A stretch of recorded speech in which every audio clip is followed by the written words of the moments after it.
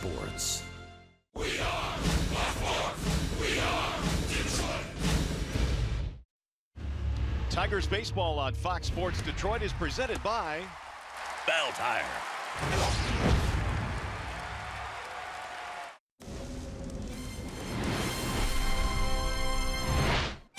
It was one wacky night at Tropicana Field last night. The Tigers endured some bad bounces. They endured some misplays. And they even endured some bad luck.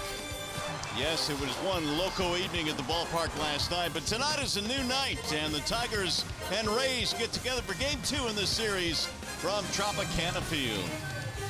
Hi again, everyone, and welcome to Tigers Baseball. Mario and Pemba. Rod Allen, glad to have you with us here for Game 2 in the series. And I guess, Rod, when you come into a place like this, you've got dome stadiums, weird stuff will happen.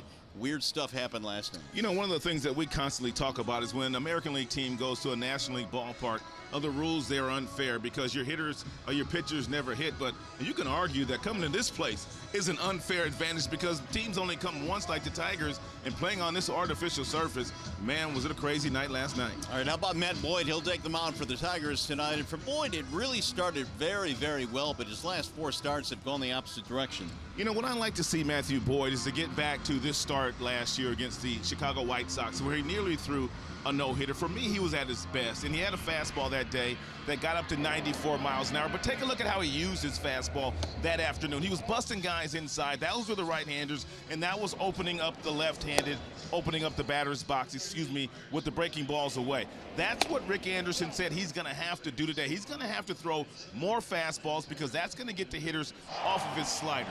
You have to remember that when a lot of hitters leave spring training, they don't have their timing yet, so they're not good at breaking balls. And Matthew Boyd used that to his advantage the first couple of months of the season, but they've caught up to that breaking ball, so he's got to change now.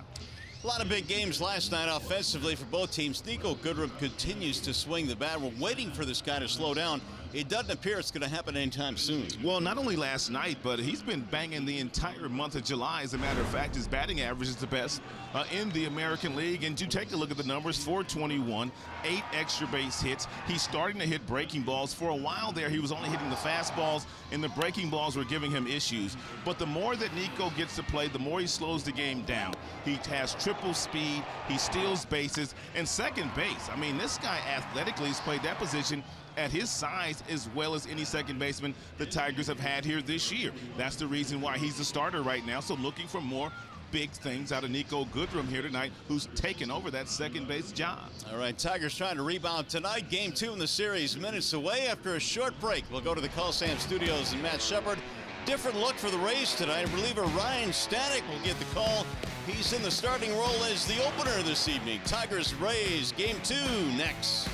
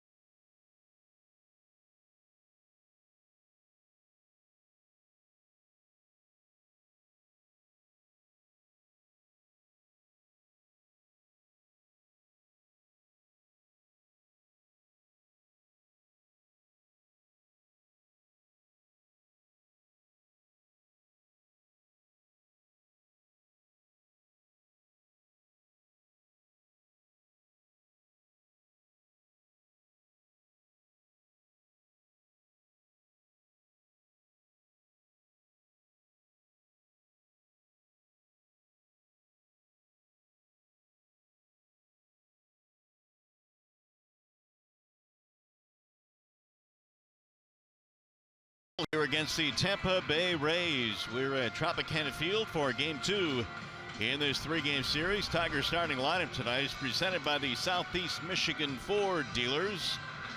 Jeimer Candelario feeling a whole lot better these days. He's back in the lineup batting leadoff. You've got Castellanos and Goodrum. Hicks will bat cleanup. Vmart is your DH.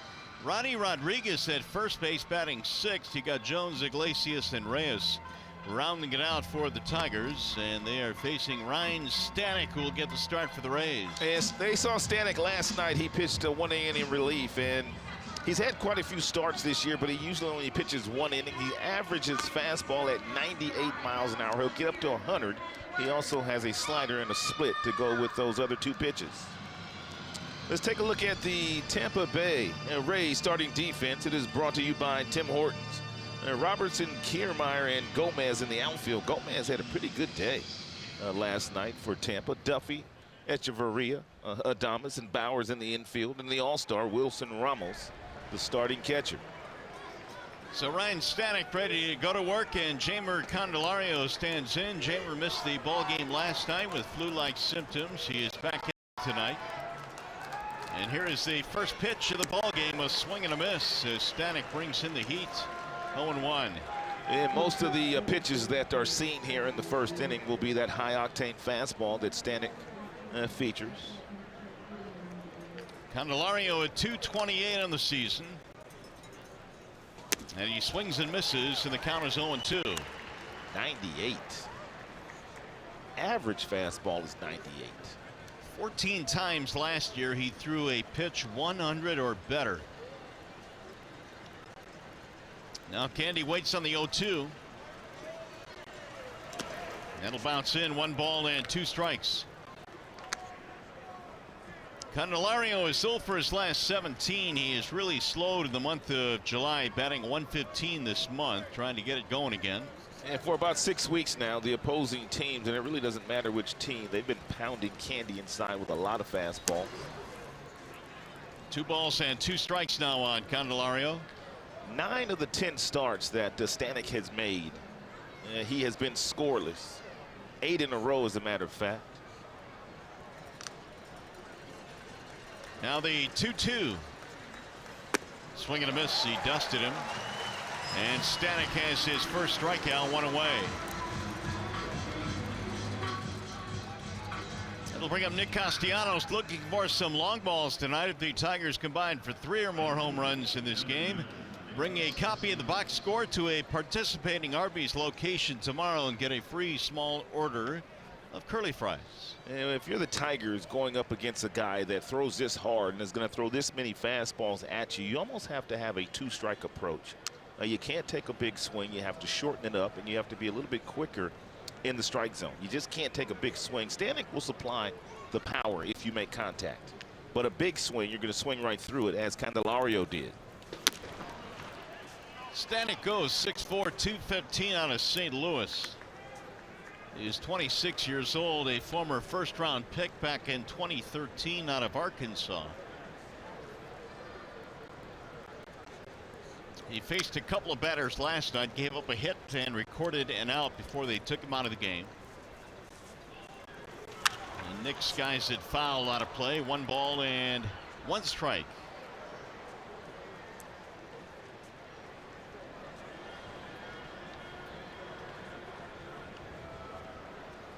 In fact, Castellanos doubled against Stanek in last night's game.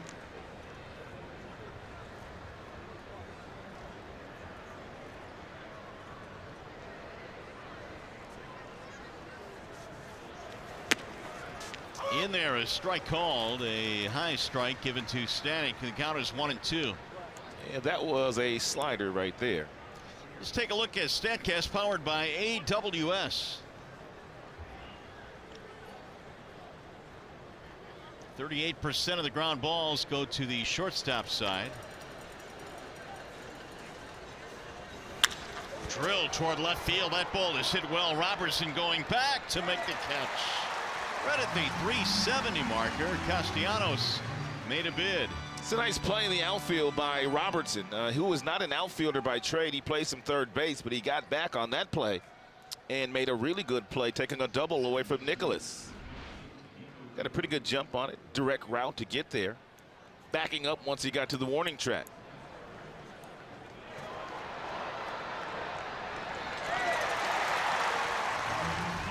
Two gone now, and here is Nico Goodrum. Pretty good night last night for Nico. A couple of hits. He had 3 RBIs, then has driven in 30 now on the year. That'll miss inside 1-0 at 98.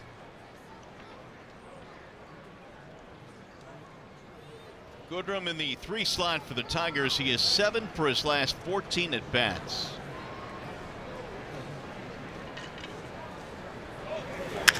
Slice towards center field. It's sinking, dropping in, base hit. So Goodrum continues to swing it. It's a 2-out single. It'll bring up John Hicks.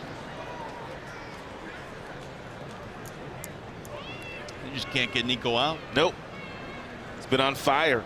And batting average well over 400 in the month of July for Nico. Nico a threat to run as well. He gets a healthy lead, and if Stanek is slow getting the ball to home plate, there's no doubt with 2 outs, Nico will be looking to swipe a bag here.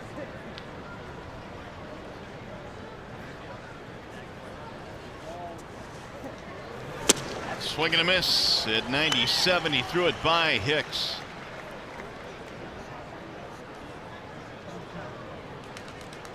Getting our first look at the Rays employing the new way of doing things for them, at least, starting with relievers and calling it a bullpen day. They will do it today. They will do it tomorrow as well. They have not announced their starter for tomorrow, depending on how tonight's game goes. They thought they were really only going to have to do it 1 day per week when they left spring training, but they've had some injuries to their starters. So they've had to do it more than they have wanted to do it, but their numbers while doing it are pretty good. Swing and a miss. Hicks goes down. Another strikeout for Stanek. Here come the Rays in the bottom of the first against Matthew Boyd.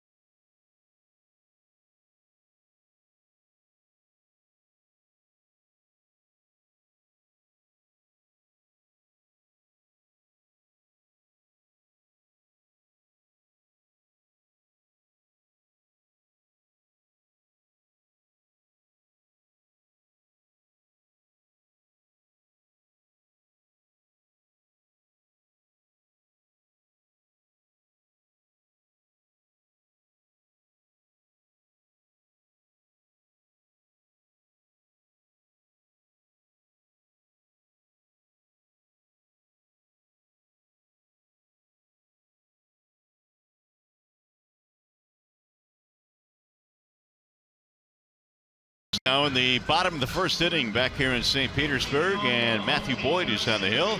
He is presented by Family Heating, Cooling, and Electrical. And Matthew's been struggling lately. He needs to get back on track. He got off to a really nice start first couple of months of the year. His ERA sits at 4.58. Expect more fastballs from Matthew Boyd today, and maybe he'll get some of the hitters off of his breaking ball, which he's been giving up a big number on. Rays starting lineup presented by the Metro Detroit Chevy dealers. And for Kevin Cash tonight, they've got Kiermaier, Duffy, and Robertson top 3. Wilson Ramos, their all-star, is the catcher. Then C.J. Cron and Jake Bowers. Echeverria, Gomez, and Adames, the bottom 3 for the Rays. Rays won last night 10-9 in 10 innings in a wild game here at Tropicana Field. And Kiermaier got that big triple and scored the game-winning run in the bottom half of the 10th inning last night for the Rays. He ended up 1 for 5 in the game, but the one was huge off the lefty Blaine Hardy. The triple has set up the eventual game winner by Robertson. Popped up. Middle of the infield. It's going to be Ronnie Rodriguez. Look out. Goodrum calls him off and makes a basket catch. It's a good thing that he did call Ronnie off, because Ronnie wasn't even close to it. My goodness. Take a look at Ronnie. He's calling the ball right now, but then look where the ball ends up at. You kidding me? Nico said, I got your back. I got you. I got you, Ronnie. Ronnie Rodriguez making his first major league start at first base, but he has appeared there quite a bit in the minor leagues, over 70 games. But this is not your normal ballpark with anything hit in the air. Here is Duffy.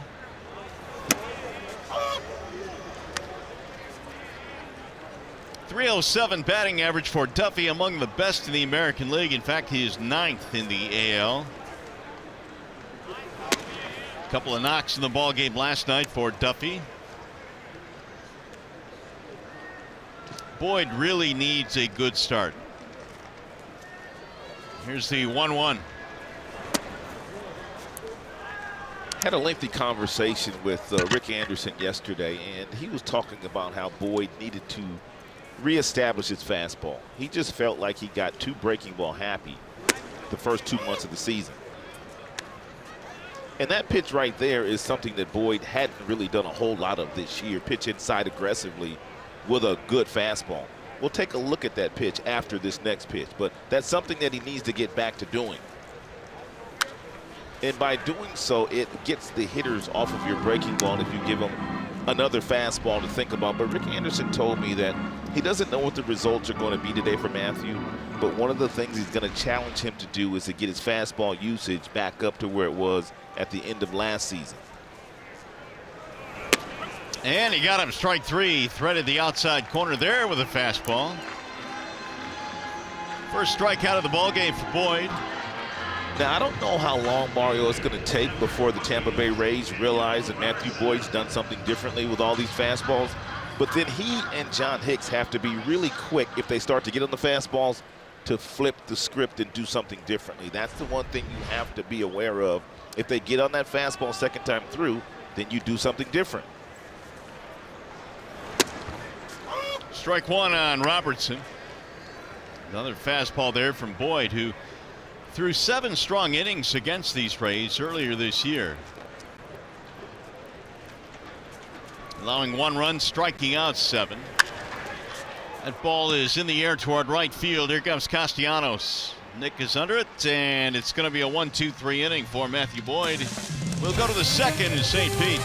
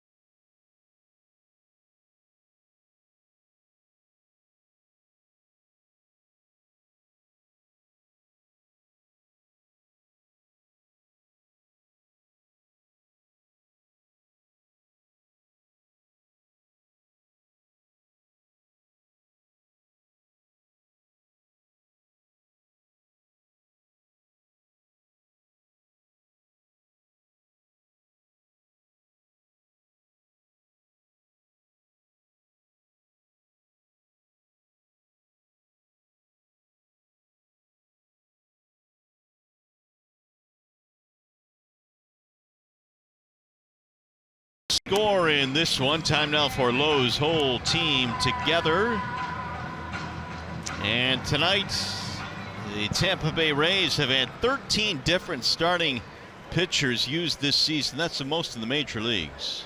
One shy of tying their team record, which I'm sure they'll shatter probably before the All-Star break. A lot of Tiger fans on hand here.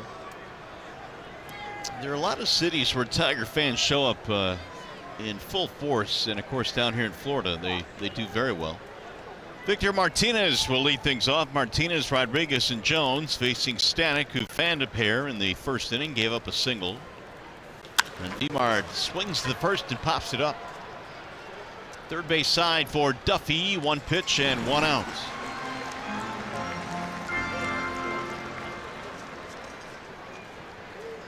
Here's Ronnie Rodriguez.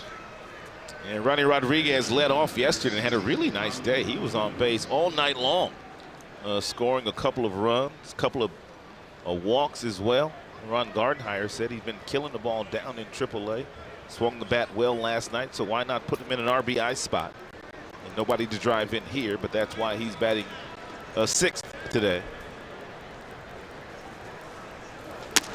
Ronnie looks at a strike at 97. Well, I guess there comes a time for really every player when you really tear it up at the minor leagues. There's not a whole lot more to prove down there. No doubt. It's only a matter of whether or not you can do it at this level, and they're giving Ronnie a chance now. With a chopper to the shortstop. Echeverria, and Rodriguez is out, 2 gone. Another thing that aided Ronnie into getting this opportunity is the fact that Dixon Machado was struggling mightily. And they sent him down to the minor leagues, and that opened the door for the return of Rodriguez. Here is Jacoby Jones.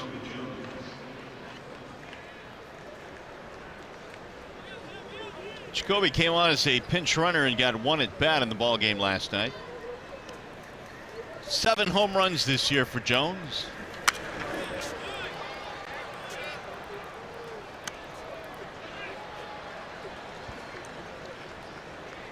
Jacoby is out in center field in the ball game tonight. Tigers still without Leonis Martin, although he was taking BP before the game today. Stanek up top, and 1-1. And slipped on Jacoby ever so slightly. You can see the second baseman standing right there. Obviously, shortstop standing right here. 32% of his balls there. Very few down the right field line. And definition of a pull hitter. You know, I wonder about those numbers when you're facing a guy that throws from 98 to 100. I was thinking the exact same thing when Victor stepped up, because they were still shading Victor over there, 3 men on the right side of the infield. But I don't think it matters for the teams that are heavy into the analytics, heavy into the shifts. And we showed you yesterday the Rays, they shift the 4th most in baseball.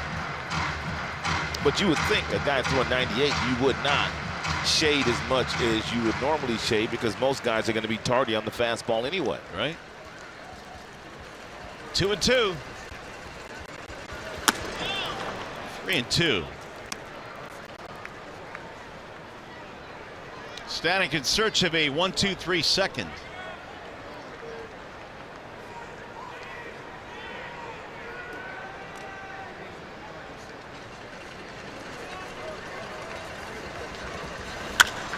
Fly ball right field. That'll chase Gomez back edge of the warning track to retire the side. 1-2-3 go the Tigers in the second. Ramos, their all-star, will lead things off.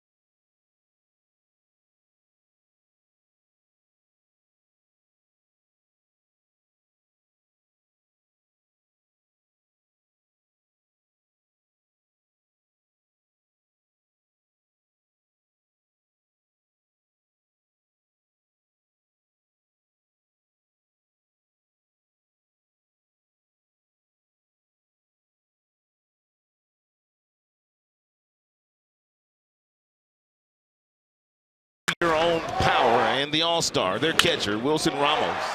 And got a 90-mile-per-hour fastball last night from Francisco Liriano and hit his 13th home run of the season. Boy, is Ramos having a good year. .291 in the campaign for Ramos. His 13 homers represents the second highest single season total by a Rays catcher in their brief history. John Flaherty with 14 has the most. Bender drops low, 1 ball, 1 strike. Wilson might get a chance to break it and he might not. There's a lot of teams out there that need a good starting catcher, and his name has been thrown around quite a bit. Trade deadline coming up a couple of weeks.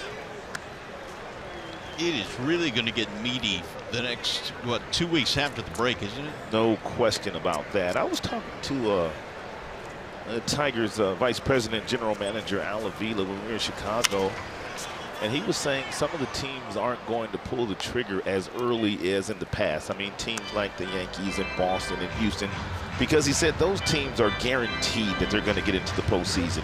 He says sometimes you make a deal at the trade deadline to get you into the postseason, and then you make those waiver deals before August 1st. Those are the deals that you make to get you to the World Series. Rip foul down the left field line. All three of those teams I mentioned, I mean, they're on pace to winning over 100 games. Well, you got Boston and New York. They're going to be in as Alvarado starts throwing. He'll be coming into the game next. You got Houston. And Seattle right now has a stranglehold on the wild card, although the A's have other ideas. Swing and a miss, and down goes Ramos. 1 away here in the second. Well, everything that Rick Anderson told me about the way that Matthew Boyd would go about his business tonight is true. He has thrown a lot more fastballs. He's locating the fastball inside. He's moving it around. That one tailing away from Ramos. Got a swing and miss there. Rick Anderson told me there was no way that Matthew Boyd could live continuing to throw all the breaking balls that he had thrown the first couple of months of the season. Well, when you think back, first 2 months of the year were his best 2 months. No question. And he was having remarkable success. One of the reasons why guys that don't throw hard and guys that throw a lot of breaking balls are very successful in the months of April and May, the hitters don't necessarily have their timing in that very first month. Yes, the hitters leave spring training. They're dialed in for fastballs, but most of the hitters haven't seen a lot of breaking balls because a lot of the pitchers in spring training, they don't even start throwing their breaking ball that much until 3 weeks into spring training. C.J. Cron now with 1 out. He's ahead in the count 3-1. Here are the opponents against the slider as the months have progressed. Numbers have gotten higher and higher and higher. And it's sailed down the right field line, foul. I mean, there were times in some of Matthew Boyd's last couple of starts where he would get himself in a fastball count, and you would think that he could throw a fastball there, but he would throw that breaking ball, and the hitter in the batter's box would be sitting there waiting for the breaking ball. So they weren't fooled at all by them. Rangers were not fooled in his last start. 7 runs in 4 innings. Here's the 3-2 to Cron. Here's where he would have thrown a breaking ball the first 2 months of the season. I don't know what he's going to throw Cron here. Breaking ball might be the best pitch of choice, but here's where he would throw a breaking ball, no doubt, first 2 months of the season. Little looper in the air to center field. Jones coming on, and Jacoby runs it down. Threw him a fastball there and jammed him. Hey, by the way, stay tuned to Tigers Live. Following the game, we'll be selecting the Fox Sports Detroit Tigers player of the game, presented by McDonald's. We'll bring up Jake Bauers.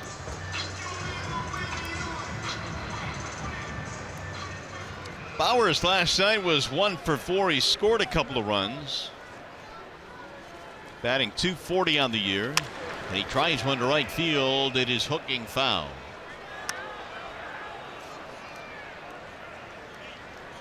Plenty, and I mean plenty of offense last night. The Rays had 17 hits. Tigers had 13 hits. 10-9 was the final score.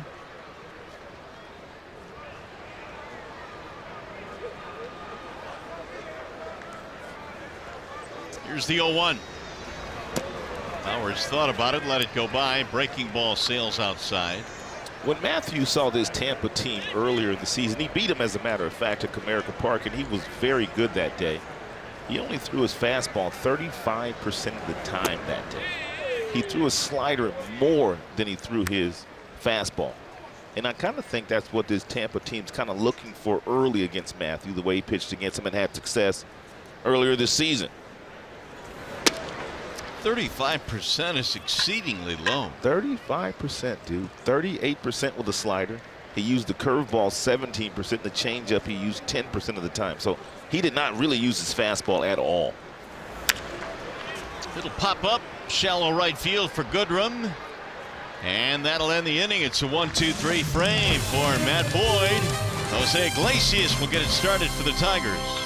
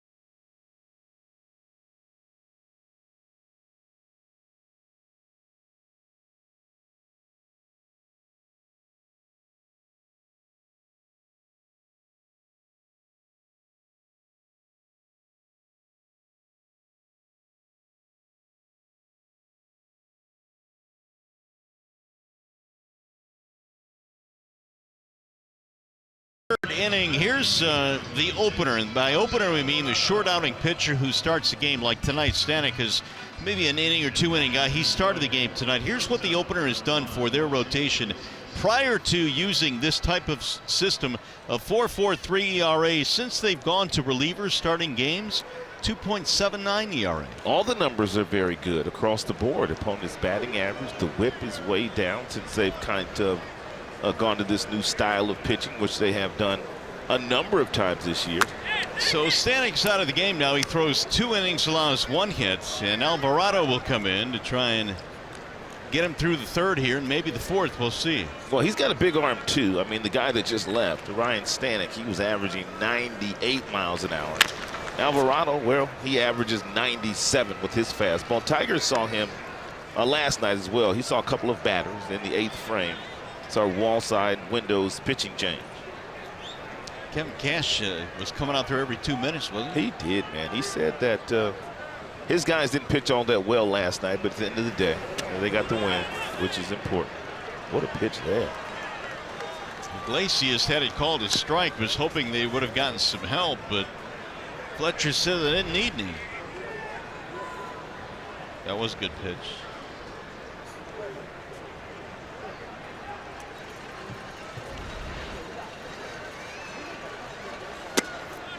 Checked it again inside and low, 2-2. Do you think they would be doing this if they had 5 decent starters? It's a great question. My first answer is no. I think they're doing this out of necessity, but it is thinking out of the box, to be sure. And I heard you do a pregame piece today on Tigers Live pregame. From what you're gathering and the people you are talking to, this is not a fad that apparently is going to catch on. I don't think so. I mean, they've been doing it for quite some time now, and no one else has started to do this yet. And there's some other teams out there that don't have 5 healthy starters, but yet they have not started doing this yet. And which is kind of surprising because the last couple of years, I mean, baseball's been such a copycat league. I mean, first it was the Kansas City Royals with their bullpen, and everybody started getting good bullpens.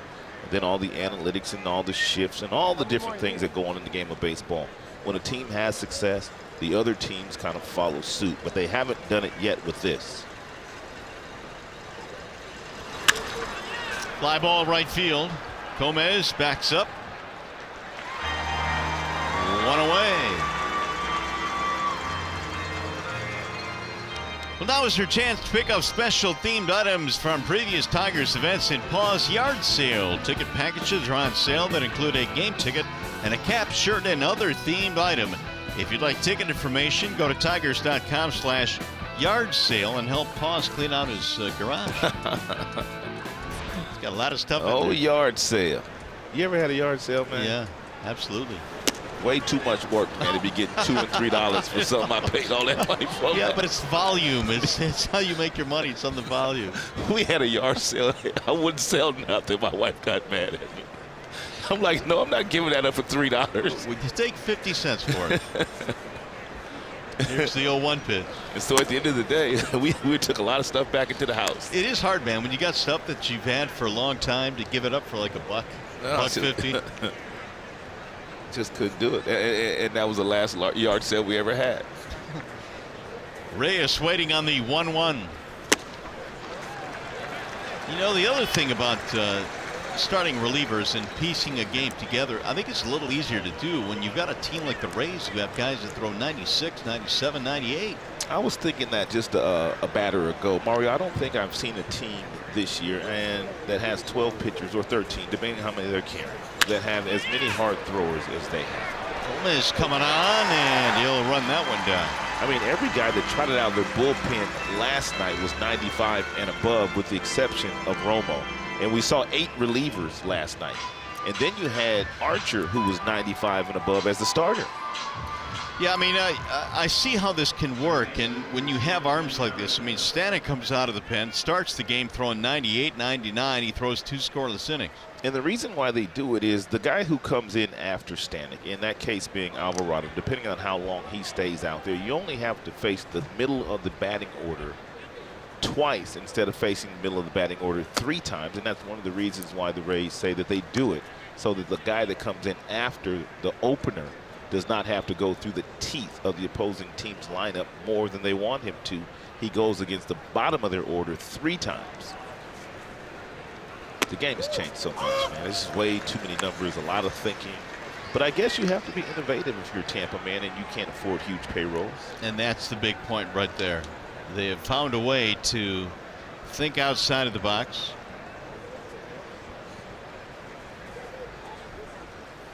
Candy sends a ground ball to short. Echeverria handcuffed a bit. He'll throw Candelario out, and it's a 1-2-3 inning for Alvarado. Matt Boyd coming back of the hill.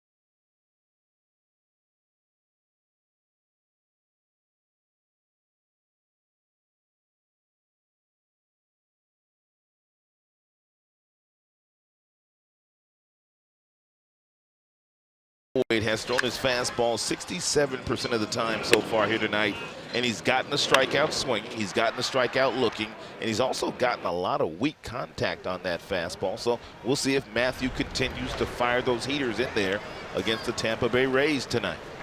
6 up and 6 down against Boyd in this game. 7, 8, 9 coming up. It's Echeverria for the Rays. And a wave and a miss.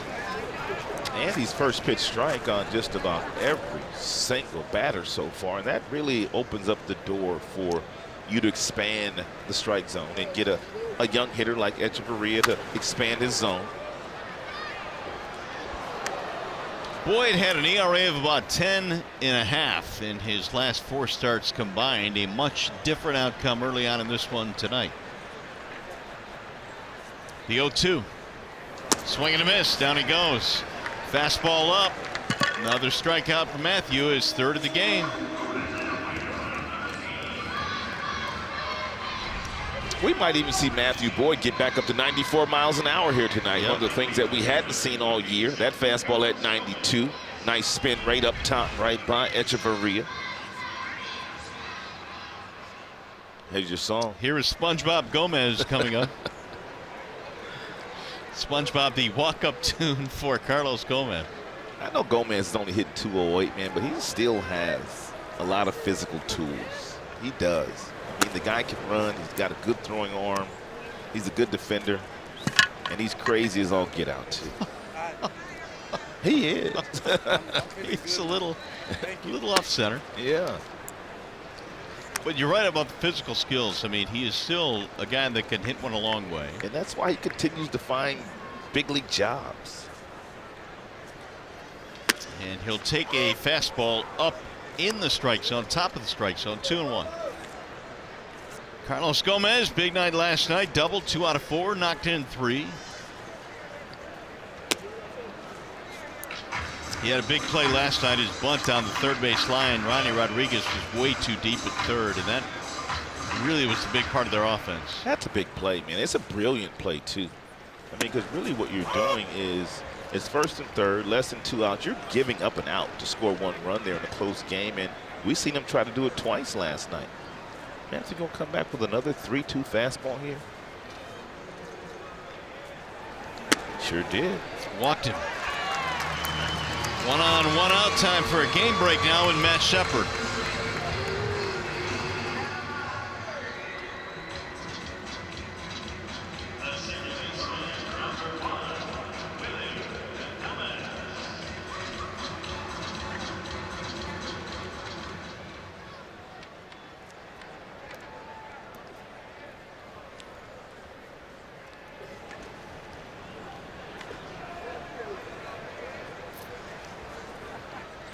Yeah, you know, that top 3 in that lineup prod is really good. Man, they got 50 home runs, dude, on the left side of the infield, the third baseman and the shortstop. Are you kidding me? Yeah, it's nuts. I mean, 2 young players, too. I mean, both guys that really only have been in the big leagues for about 3 years. Swing and a miss. And Adames. Willie Adames, last night of the ball game, 0 for 3. Finally getting the call to the major leagues this year. Adames, 3 home runs. He's knocked in 8. Runner goes. Here's the throw down. It's high and safe at second. Just another one of those tools that Gomez possesses. Take a look at the jump that he gets, and he's got those big legs, Mario. I mean, this guy, he's going full speed from that very first step. I mean, he's flying. And you better get out of the way, Nico.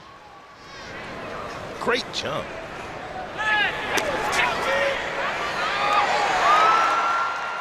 Steal number 6 for Gomez in scoring position now with 1 out.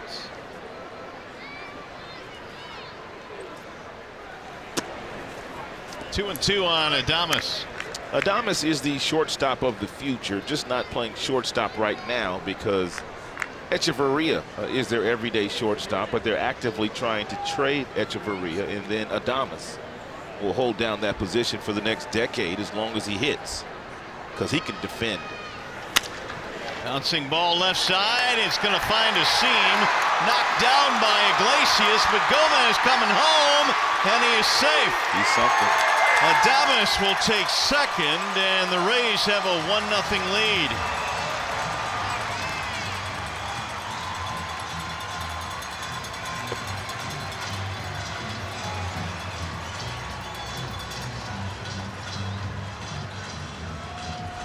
This ball kind of just squirted through the infield. Candelario took a couple of steps over there. Then he realized he wasn't going to make the play. Iglesias with the backhand came up, but he didn't look to home right away. No. And then when he finally fired the ball to home plate, it was too late because Gomez already had a really good turn around third base and was really hustling, and that may have been the difference in him being safe and out. Yeah, Gomez stole that run, in my opinion, because it looked like Iglesias thought he was going to stop at third. And now it's 1-0 Rays with a man at second. That is their first hit of the game. Kiermaier pushing a bunt foul. Ron Gardenhire was talking about this Rays team today, and I kind of got in on the meeting late, but he talked about how this team, man, historically, even under Joe Madden, they just play small ball, and that's what they do most of the time. Last year, they kind of flipped the script, Mario. They had a lot of power hitters. They got rid of all those guys, and now they're playing Rays baseball again. They play a lot of close games anyway. Yes, they do. A lot of close games, more so than the Tigers do. The Tigers have had their fair share. That's looped in the air to center field, going to drop. Adames rounding third. He's going to try and score. Throw coming to the plate. He is off target. And Kiermaier will take second. It's an RBI single to make it 2-0 Tampa Bay. See, that's a ball right there where Victor Reyes probably should not have thrown that ball home. He really didn't have a play at home plate, and that's the reason why Kiermaier was able to go over to second base. Right about now, you're not going to throw that guy out at home plate. You're just not going to do it. He's going to be safe, so you throw that ball to second base, and you make sure that you keep Kiermaier out of scoring position.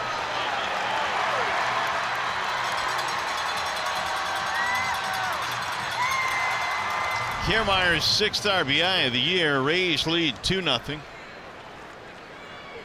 It all started with that one-out walk. And the steal by Gomez.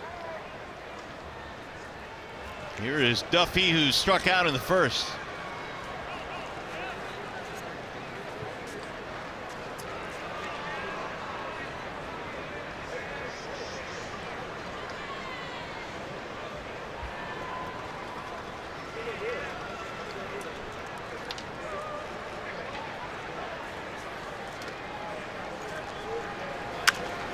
Boyd had retired 7 straight before the walk to Gomez. Got it started here for the Rays.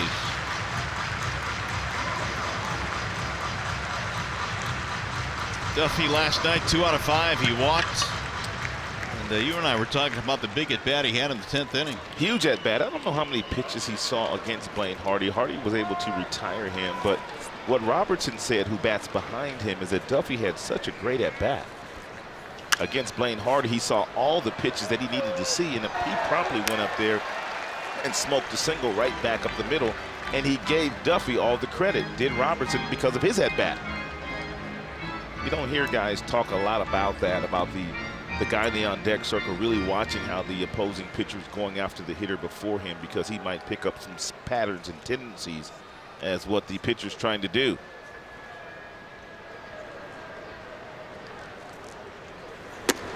Got him, strike 3, and Duffy strikes out for the 2nd time in this game. And Matthews still staying with that fastball. 2nd time he's punched out Duffy looking today.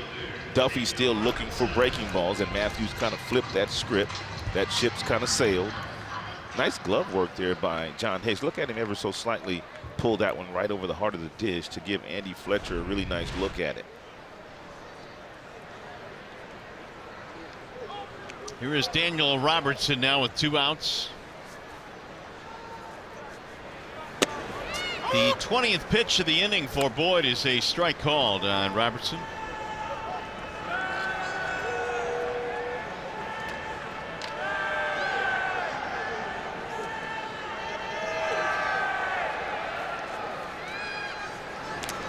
Hit him. That'll put 2 aboard. Robertson didn't really do a whole lot to get out of the way either. The breaking ball.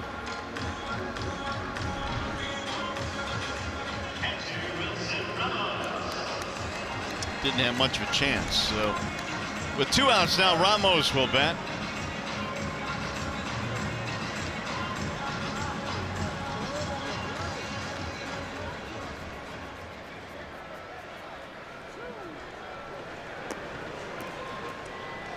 Strikeout victim in the second was Ramos.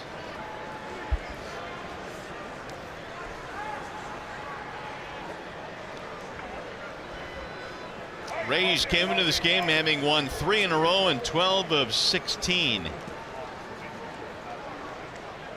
Their offense in the last couple of days has scored 19 runs. They scored 9 runs a couple of days ago, with 10 a couple of days ago. High fly ball right field. Castellanos back to the track, to the wall. He leaps and it's gone. That's the second time Ramos has done that in the series. Opposite field home run for Wilson Ramos. That ties a record, doesn't it? Catchers for the Rays. It sure does. 14.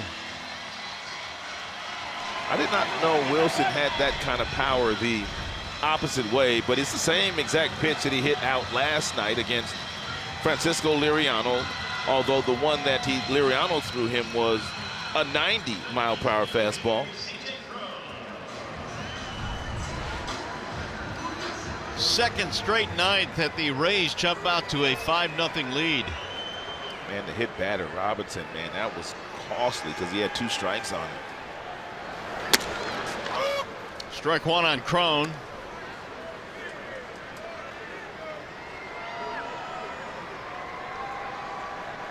Big series for Ramos, his second home run. Crone swings and misses 0-2.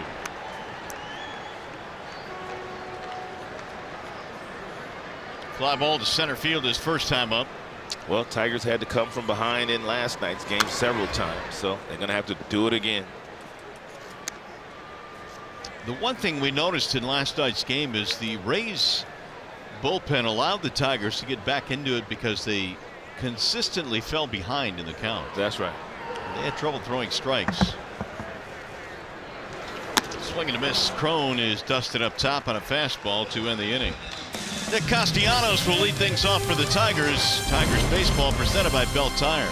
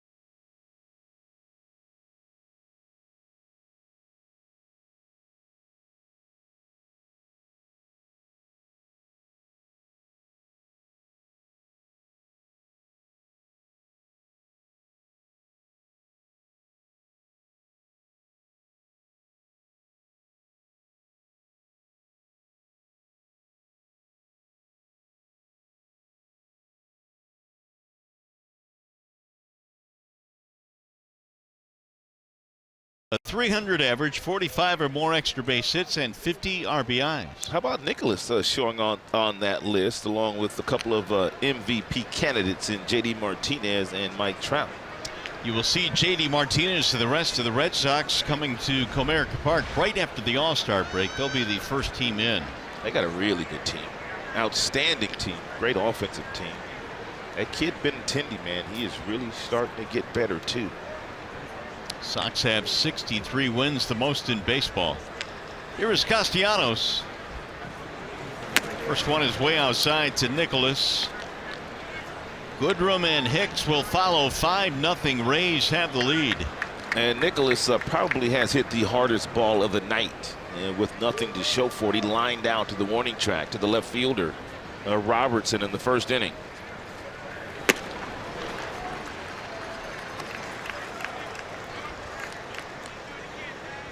Jose Alvarado faced 2 batters in the 8th inning last night. Charged with an unearned run. A 1 ERA over his last 13 appearances.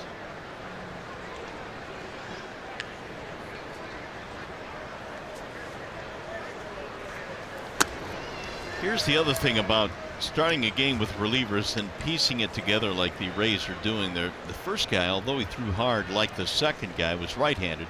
Alvarado was left-handed. Now they got a right-hander warming up in the bullpen. He'll be next. So you really, and Ronnie Gardenhire was talking about this before the game, you really can't mix and match and, you know, set your lineup up because they have that advantage of bringing in righty, lefty, righty, lefty. Yeah, he said for some of his prior teams where he had, you know, some heavy left-handed lineups or heavy right-handed lineups, it would present a problem for his team. But he said it doesn't really present a problem for the Tigers team because they only have one left-handed batter. Basically, everybody else is switch hitters. So he doesn't feel like this particular team, it phases them all that much.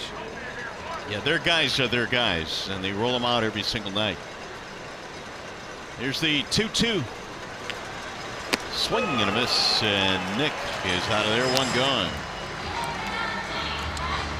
Alvarado has a 97, 98 mile per hour fastball, but this breaking ball is tremendous. I mean, look at that bite on that 84 mile per hour curveball. Nasty. I don't know where they find all the arms, but they find them. And they've been doing that for 20 years now, really. They've always had good pitching teams.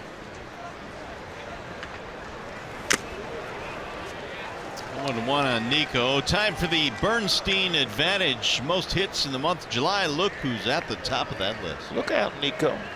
Up there with Whit Merrifield. Avisaíl Garcia's back. Ball high. I was reading today that Garcia's going back on the DL. Is he really? Yeah, he's had hamstring problems. Rough year for him. After really turning his career around last year, making an all-star team.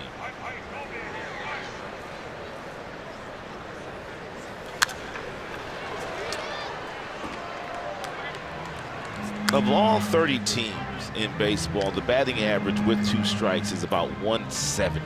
So that's why hitters and that's why pitchers fight so hard to get to 2 strikes on hitters, because you can expand the strike zone. You can kind of throw what you want to throw in. Your good hitters are going to put the ball in play, but a lot of guys just don't change their swings, and that's why the average is so low after 2 strikes. Are we seeing less and less of a 2-strike approach in today's game? Absolutely, because it's okay to strike out now. I mean, most guys have the built-in swings where they're trying to hit the ball out of the ballpark, and they're also trying to do it with 2 strikes, and it's no issue.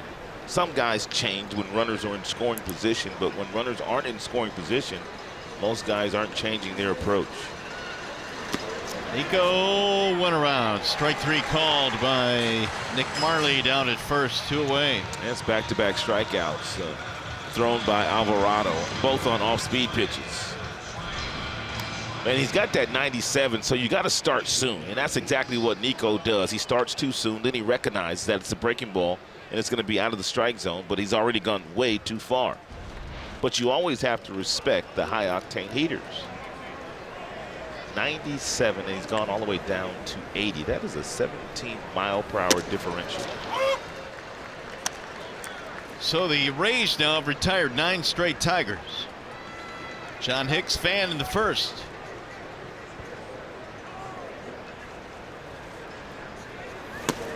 That'll make him dance. This is one of the youngest Tigers offenses, though, that we've seen in recent memory. Now, they have 6 guys in the starting lineup today that have less than 500 at-bats of experience in their major league careers. 6 guys. How many major league at-bats does it take before you realize pretty much what you have? Well, I think there are some guys where, you know, they show up like your Mike Trouts of the world, and you can tell after about 100 at-bats, he's going to be pretty good. You know, I mean, there's some guys that, you know, kind of set the standard, but I would say probably 600 or 700 at-bats before you can really find out what a hitter is going to be, and then you can start to project whether he's going to be a power hitter or different things like that. But you can see a guy about 500 at-bats and tell whether he has the skills to perform at this level. Now, how good he gets beyond that remains to be seen. 2-2 on Hicks. Swing and a miss. He struck him out. Alvarado strikes out the side. 10 straight have gone down for the Tigers.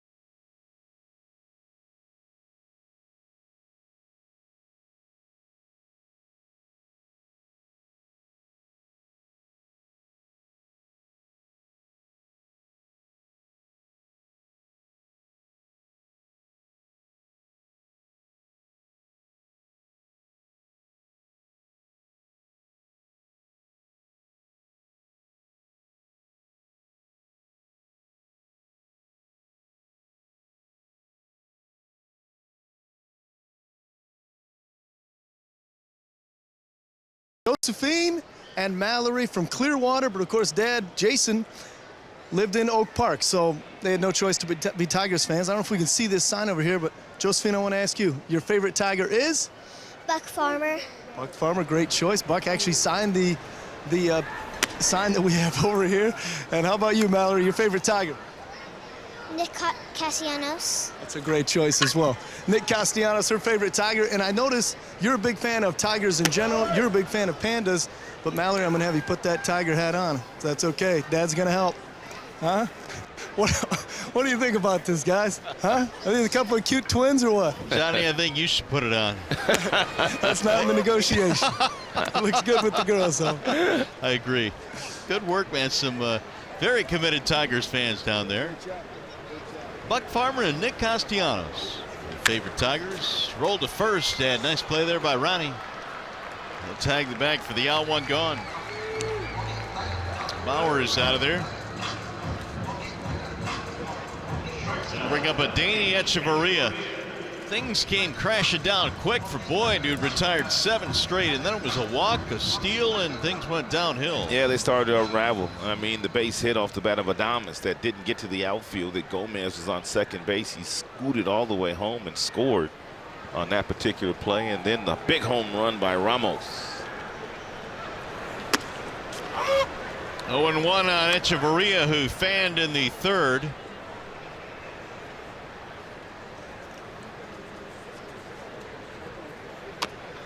And that is fouled off. 0-2.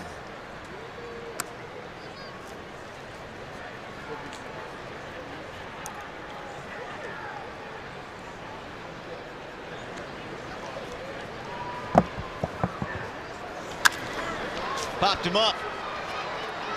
Long run for Castellanos. Foul ground to make the catch. 2 away as you enjoy a Miller Lite. Look forward to the whole true moment later in tonight's game.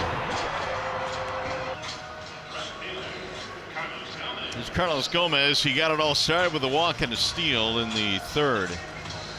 And Carlos Gomez played for the Minnesota Twins for a couple of years when Ron Gardenhire was managing in Minnesota.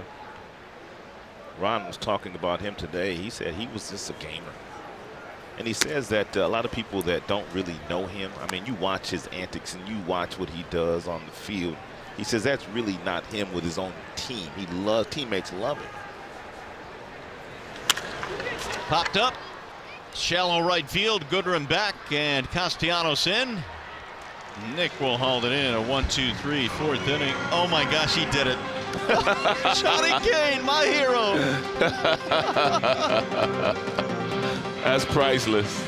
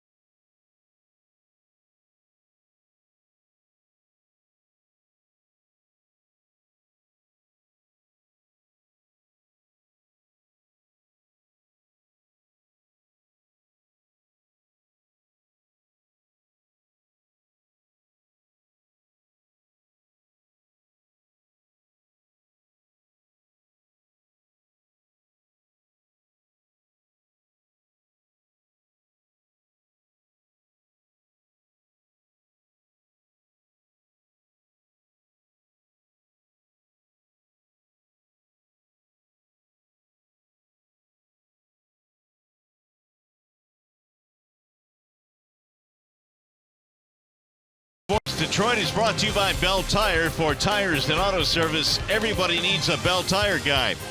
And it's Chevy Truck Month. Bring on the new and hand down the old. Chevrolet, find new roads. What a gorgeous night here in Florida. We're in St. Petersburg. Indoors, though, the Ray Tank inside the ballpark here. Tigers find themselves down by a 5 spot. We got to get you out to that tank there, Rod. And, would you stick your hand in the water there in the right tank? I don't think so. No? No, I don't think so. Even if we guaranteed it's okay? But it must be safe. Everybody else is doing it, right? That's right. But I don't know if I'd do it. I think they'd let him do it otherwise. Well side windows changed now as Jamie Schultz coming on. He came in last night's game, didn't pitch very well. He gave up 3 runs, did Schultz. His ERA sits over 6.5 as we speak. Another hard thrower, 96 with that fastball from Schultz. First name Jamie. Martinez popped up in the second. 10 straight have gone down to the Rays in this game. And Martinez looks at a 98 mile-an-hour heater outside. One of the things I've noticed about every last one of their relievers that have come into the game, and even Archer, who started last night's game, they all stand on the right first base side of the rubber. Every last one of the right-handers stand on that side, and the left-handers stand on the other side. High fly ball to deep right field. Going to stay in the ballpark, though, as Gomez hauls it in. That looked good off the bat, but it died out there. Tigers host the Red Sox on Saturday, July 21st at 6:10. Guess what? The first 10,000 fans receive a Ron Gardenhire gnome, the Gardy Gnome. If you'd like tickets, call 888-666 Tiger or go to tigers.com.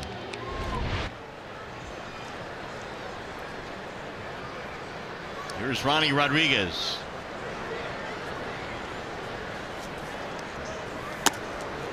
Up tight to Ronnie, who grounded out 6-3. I was watching the Tigers pregame show here in Tampa, and Craig Monroe did a real nice breakdown on Ronnie Rodriguez. Talked about his first time in the big leagues. He was standing way off the plate, and he went back down to the minor leagues, and Bruce Fields, who was one of the hitting instructors down there, kind of moved him a little closer to the dish. And because of that, he's able to get to some of the pitches on the outside corner that he wasn't getting to his first time up here.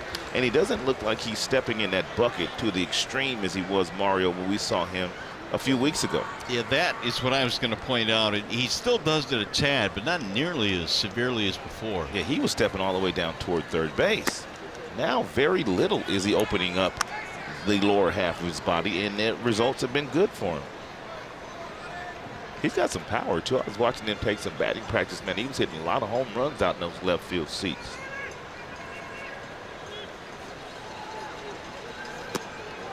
That one sailed inside and had him ducking out of the way. 3-2. Jacoby Jones waiting on deck for in the fifth. 5-0 Rays scored all of their runs in the third tonight.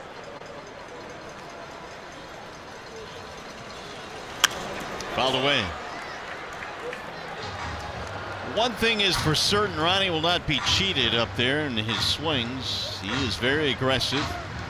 As the International League Player of the month of May when he was tearing it up down there. In fact, he had 40 RBIs in 63 games at AAA overall. That's a lot. Look at the swings that he's getting right here against Schultz, and he's got a good fastball. They're at 96.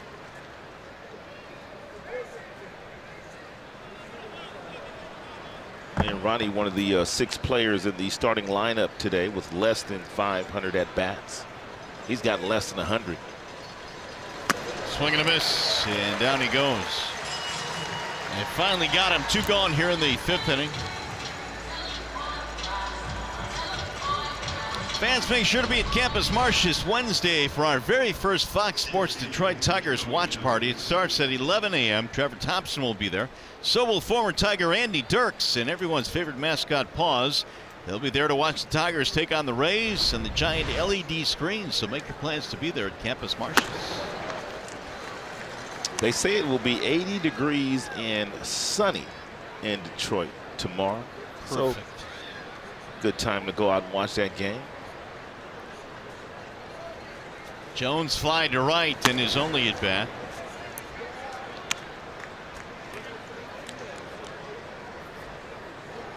Well, so far this reliever game has worked to a T for the Rays. They've retired 12 in a row, and the only Tigers hit was the Nico Goodrum single in the first. Hardest ball the Tigers have hit of the day was the ball that Castellanos hit to left field.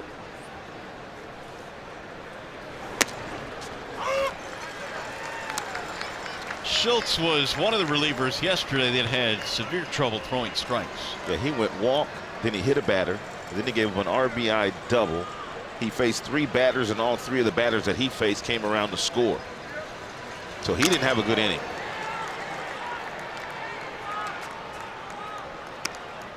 Well, if you're Jacoby, you know what you're going to get next. You're going to get another fastball, and it's going to be at the top of the strike zone. And Schultz and Ramos, the catcher, they're going to see if you can lay off of it.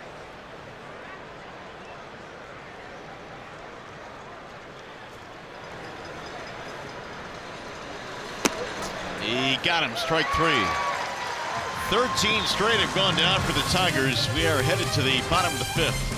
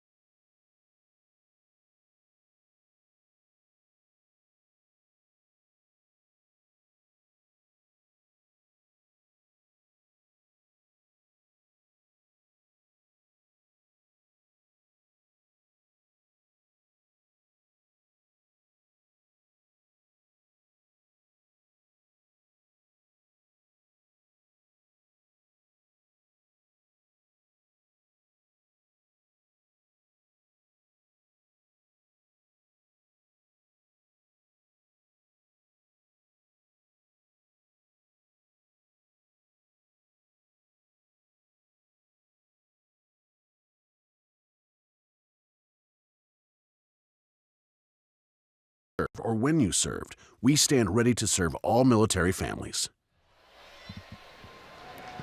Back here in St. Pete on a gorgeous afternoon. It's turned into a gorgeous night, but indoors here, the Tigers are struggling a bit. They're down 5-0. And there's a strike call to Willie Adames as we go to the bottom of the 5th. Is that how you spent your afternoon on your boat today? I did, man. They had to lift the bridge for me. I was cruising down. I'm not really a boat guy, are you? I like to get on a boat. Yeah. Yeah, I like to go out and chill a little bit. I don't like to go too far out though. Here's the 0-2. I remember one time I was in when I went to Mexico to play winter ball when I was very young, and I was probably about 19 years old the first time I went down to Mexico. And one of my neighbors had a big boat where I lived in San Carlos. The team that I played for was Guaymas in Sonora. And he had a big boat borrow, and he took me and my roommate out fishing with him on one off day. And man, we were 20 miles out into the water, and I just wasn't happy, man. I wasn't happy. Did you get seasick at all? Well, I didn't get seasick. I didn't get seasick, man, but I was way out there, man, and it was just a little bit uncomfortable.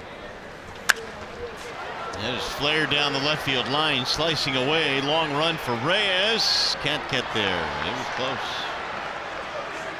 So apparently you didn't pull out the snorkel gear and go snorkeling. None of that. 20 miles off. And he was a very good fisherman, and he caught a lot of fish, and he brought it all back. I mean, and we had a nice fish fry. His wife cooked all the fish, and it was a wonderful time. But I really didn't enjoy it, man, because everywhere I looked, it was just water. It was blue. I couldn't see no land.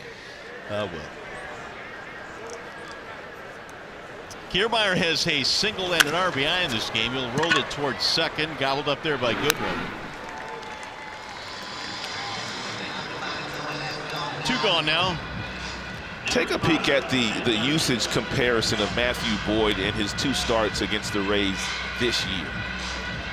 I mean, tonight he's up to 71% with the fastball, which is a good sign. I mean, results aren't good yet, but it's a good sign to see him throwing that many fastballs. You see it first time around, he was only 35% with his fastball. So I think maybe he over-adjusted a little bit today, and I think he's going to find that happy medium. And once he starts to find the happy medium and mix in all of his pitches, I think he'll get better. Well, he started the game by retiring 7 straight. After the home run by Ramos in the 30s, he's now retired 6 in a row. And he was also first pitch strikes on 5 of those first 6 hitters. He's really thrown that fastball inside more so in today's game than he's pretty much done all year. Duffy's had a tough night, 2 strikeouts against Boyd. Bouncing ball, base hit. His first hit of the night. Fans, if you can't catch the games on TV, you can stream them live on your mobile device with Fox Sports Go. Download the app and take Fox Sports Detroit and Tigers baseball with you wherever you go. Brought to you by Miller Lite.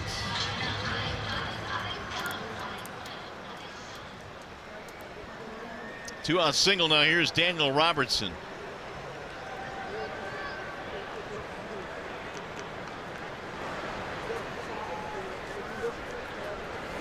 Ball 1.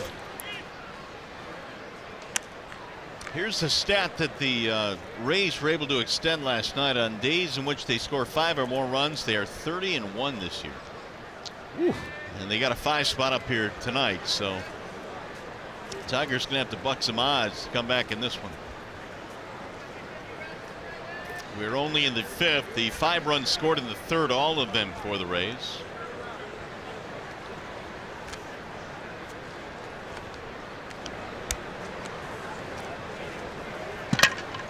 Runner was almost picked off. He was leaning the other way, and Duffy got back.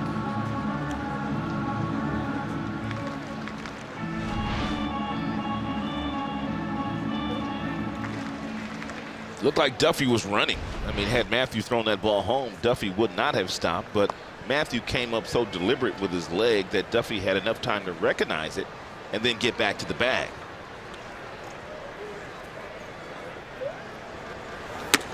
That's one thing that you really have to work on, man. If you're a left-hander and you don't have a good move, man, you really have to work on it because that's one of the built-in advantages that you have.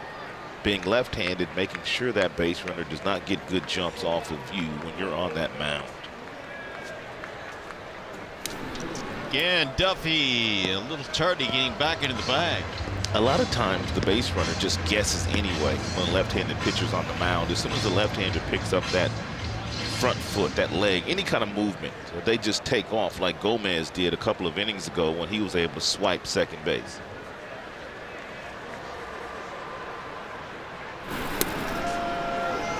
Matthew's given Duffy a couple of different moves, but I believe they might have something on Matthew. As soon as Matthew lifts his leg up in a more conventional way, I think we're going to see Duffy take off for second base. He's got a huge lead.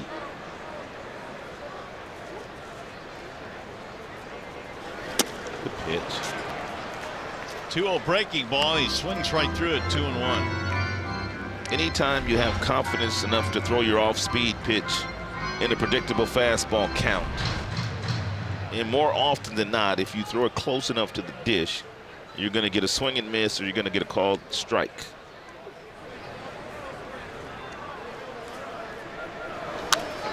Fouled away.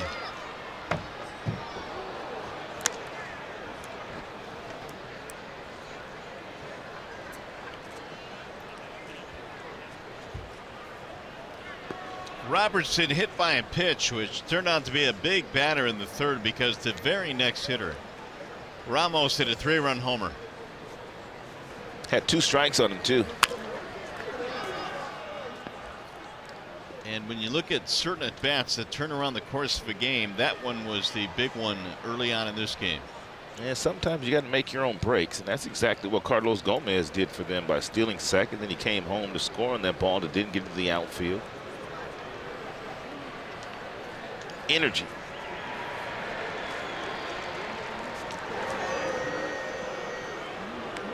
Duffy has 6 steals. He's been caught 3 times.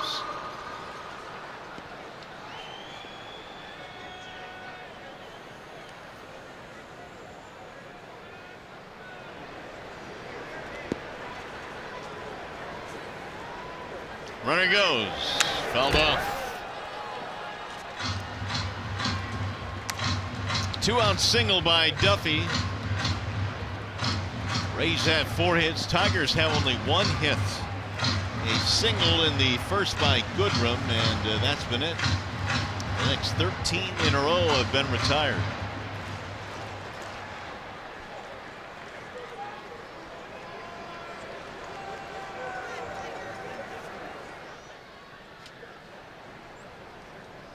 Swing and a miss, and down he goes to end the inning. We'll go to the 6th.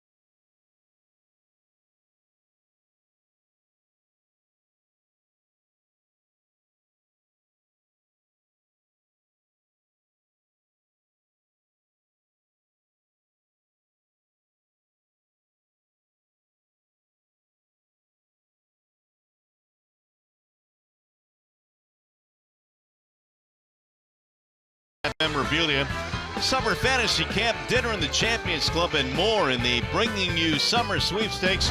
If you'd like to enter, go to tigers.com/sweepstakes. Restrictions do apply. And Tigers fans are looking for a reason to cheer here today. Maybe they will give it to him here in the 6th. It'll be Iglesias, Reyes, and Candelario facing Schultz in his 2nd inning. 5 of the last 6 hitters the Tigers have sent to the plate have struck out.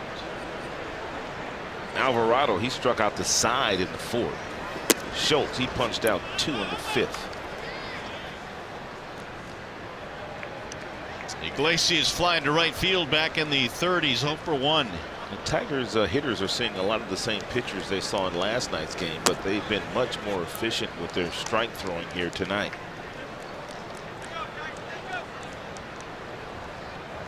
They haven't walked a batter here this evening. It's a nice look there over the top. In there, a strike called at 95 miles an hour.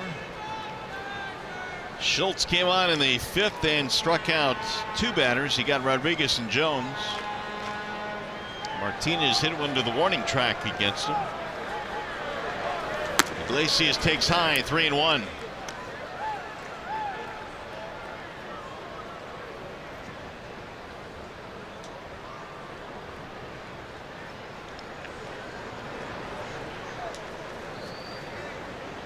And he walked him way outside, ball 4, so the Tigers get the leadoff man on.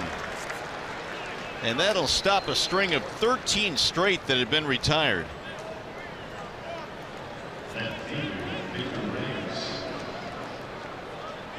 Bring up Victor Reyes, who flied out in the 3rd inning. Schultz is the 3rd pitcher used tonight for the Rays.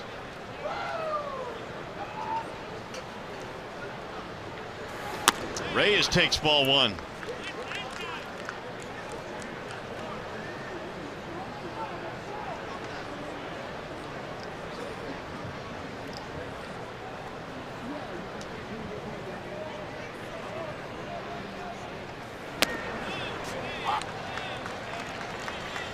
All 5 of the Rays runs coming in the 3rd tonight to jump out to a 5-0 lead. 2nd straight night they've scored 5 in an inning.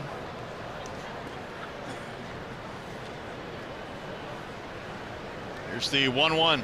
Runner goes. Check swing, throw down, tag, and out. Ooh, what a throw there by Wilson Ramos. My goodness. Ramos with a gun. Iglesias has quite a few steals, but most of the time it's ill-advised to run when you're down by 5. I don't know if he was given the go-ahead sign or if he was simply running on his own, but what a throw there by Ramos. My goodness. Perfect throw.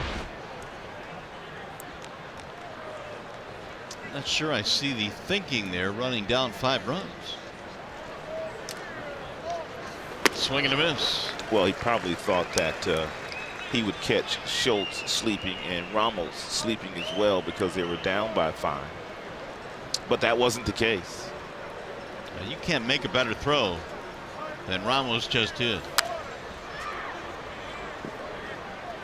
Trying to get a pop time on that throw. The pop time is from the time it gets in the catcher's glove until it gets to that glove to glove, basically. Glove to glove, basically, yeah. 1.8 we're being told, which is ridiculously fast. Holy smokes. The average, I believe, for a catcher is about 2. That's a good catcher. But 1.8, that's just really good. That's why he's an all-star. An elite catcher like a Pudge Rodriguez was at about 1.7, 1.8. Yes, he was. With regularity. More action. Kolarek warming up. He was in the ball game last night. Fastest pop time this year from glove to glove is 1.73. Strike called on Candelario. Alfredo Gonzalez of the White Sox had a pop time of 1.73 this year. So that gives you an idea of how fast 1.80 is. Tigers got to get Candelario going again. He's 0 for his last 20. And who would have thought that he would go on an 0 for 20? But really, it goes a little deeper than the 0 for 20. In there, a strike call. Now starting to mix it up a little bit. 1-2. Nice little breaking ball there on the 1-1 count that Candelario watched to go by. You always have to stay on your fastball, though, when you've got guys out there that throw 95. In the air toward left field, Robertson is under it, and that'll retire the side. Wilson Ramos will lead things off. We'll tell you where you want to pitch him next.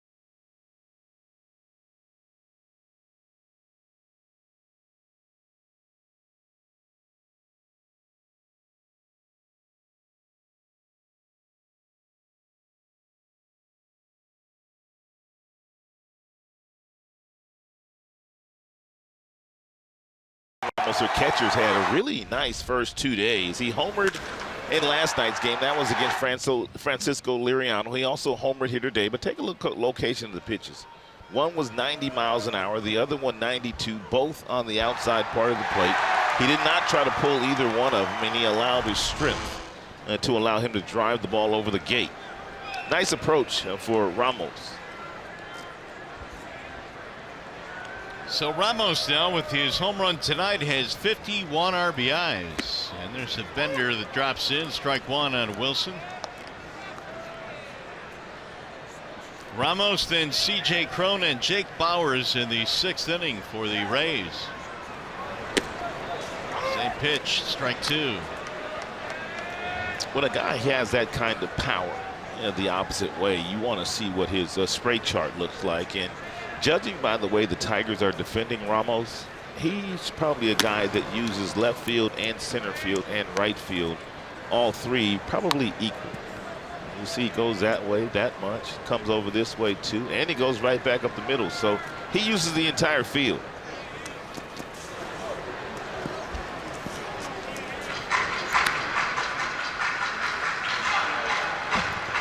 Two and two on Ramos. Wonder if Matthew Boyd would challenge him with a fastball inside. Looks like they might. Missed with the location, 3-2. We know what pitch he can hit. That's that fastball right that's on the outside part of the plate. Got that wide open stance. Pulled to third base. Easy hop for Candelario. One away. Time for a game break now with Matt Shepard.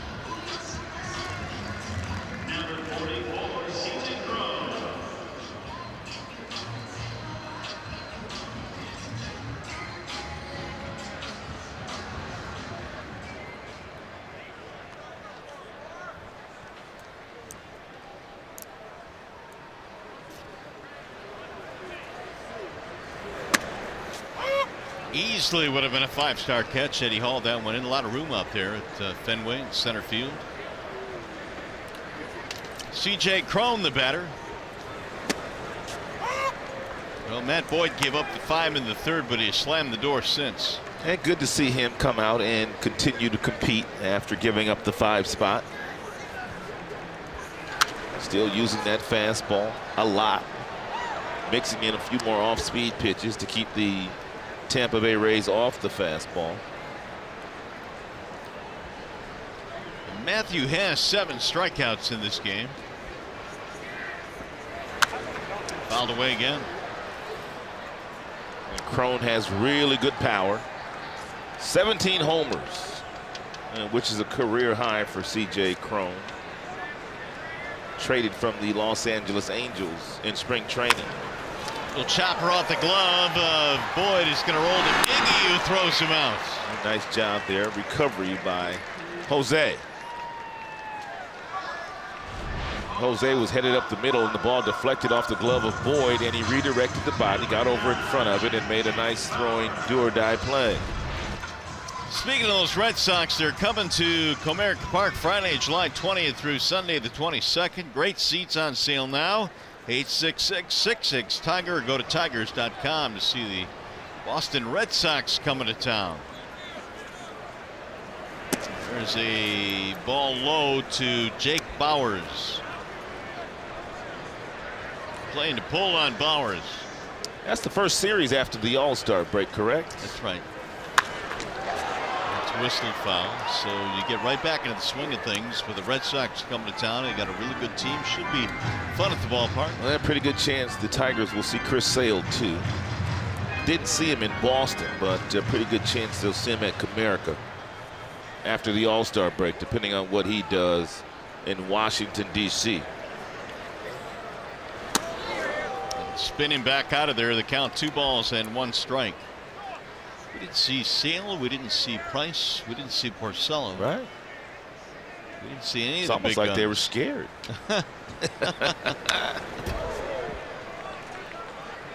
2-2 now on Bowers. Porcello having another good year after taking a step back last year, losing 17 games after winning the Cy Young in 2016. Porcello's got 11 wins already, I believe.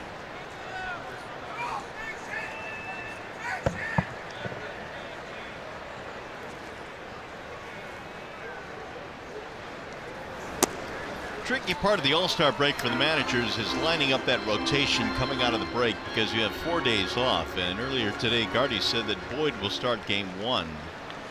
Possibility could pitch out of the bullpen in the Houston series. Right. Strike 3 called, and Bowers out of there. 1, 2, 3 inning, 8 strikeouts. Castellanos will lead it off for the Tigers.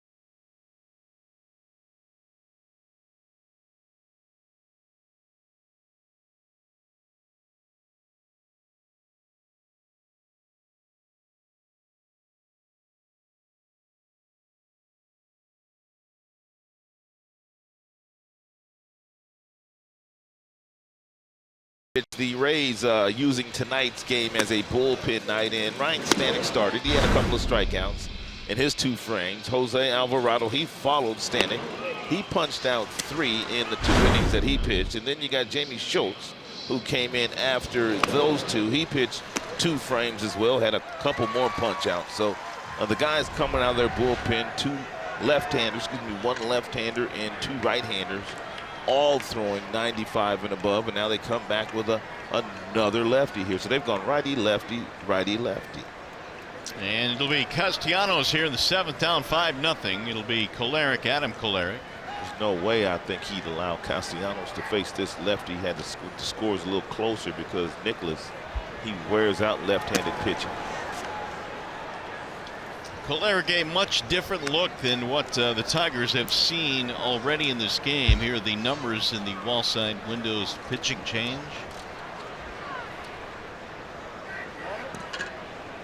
Nicholas Castellanos is batting .424 against left-handers, since, which is the best in the American League and might still be the best in the majors.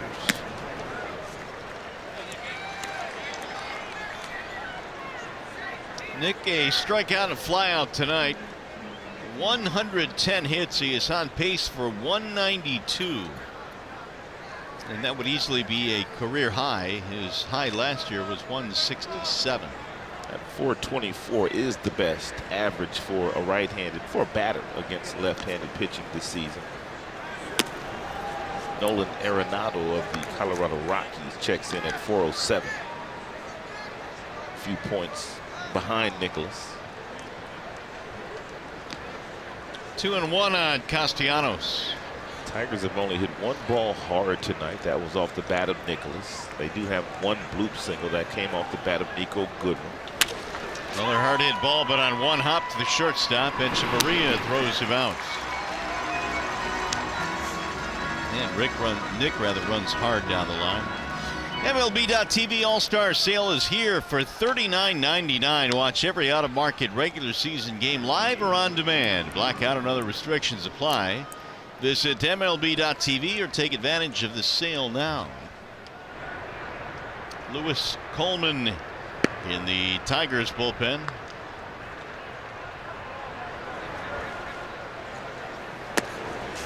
Guess who has the only Tigers hit tonight? Nico. Single back in the 1st.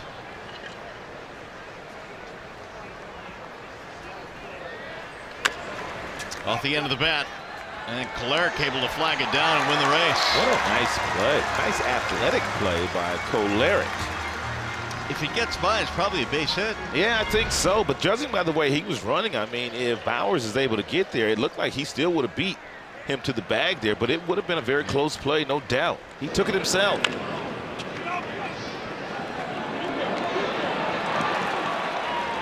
Two away. Here is John Hicks.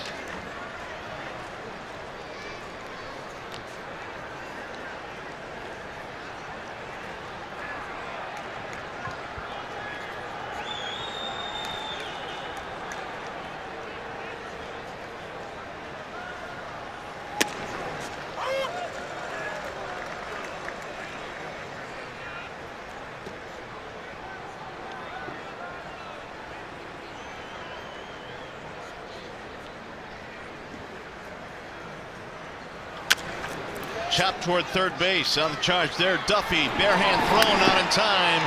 It'll be an infield single for Hicks.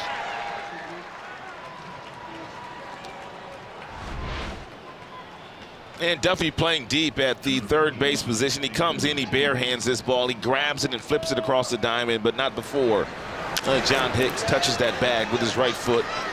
John smelling that knot. First Tigers hit since the 1st inning.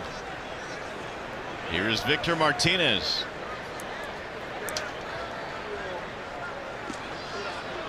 Pop up with a fly ball.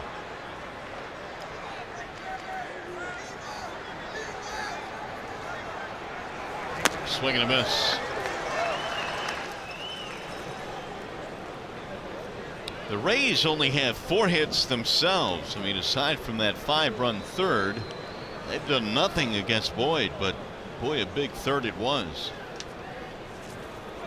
Looks like Boyd's probably done as aggressively as Lewis is warming up down the left field line. This is probably the only ballpark still, maybe one other that has the mounds where you can see the guys warming up. San Francisco still does, I believe. About Oakland. Yeah, there's our two, but those are way away. Those in Oakland really don't phase you because they're so far away from the field. But those can phase a left fielder or a right fielder if you're running down that right field line or the left field line. Once you get over to those mounds, we've seen some wacky things happen to the outfielders. Popped up. Right field line. Gomez coming hard. Has room as the bullpen scatters to end the inning. Coming up, the Consumers Energy 7th inning stretch.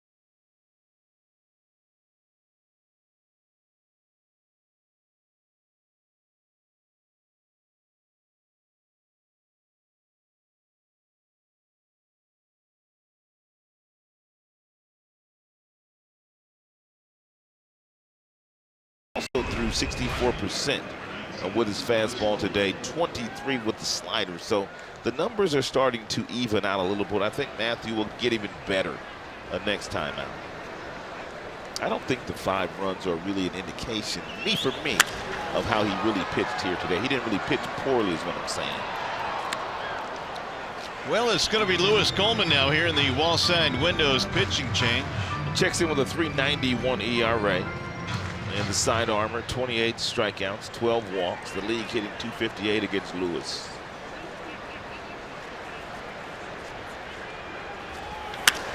Pulled to third and out of the reach of Candelario into left field. Lewis had a rough one last night too, so he needs to make some better pitches.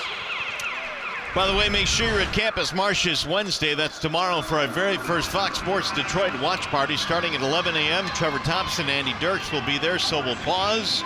Tigers Rays on the giant LED screen. That is tomorrow at 11 a.m. at Campus Martius. Here is Gomez. Only the 5th hit of the night for the Rays.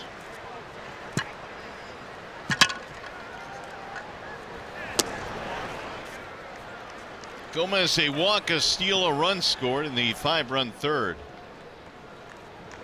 Yeah, that walk kind of got it going for the Tampa Bay Rays against Matthew.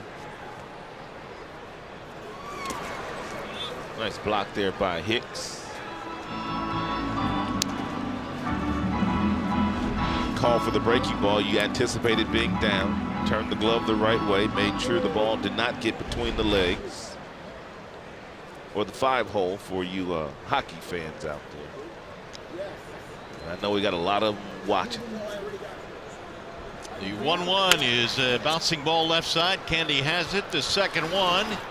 So they're going to get no chance to double up Gomez.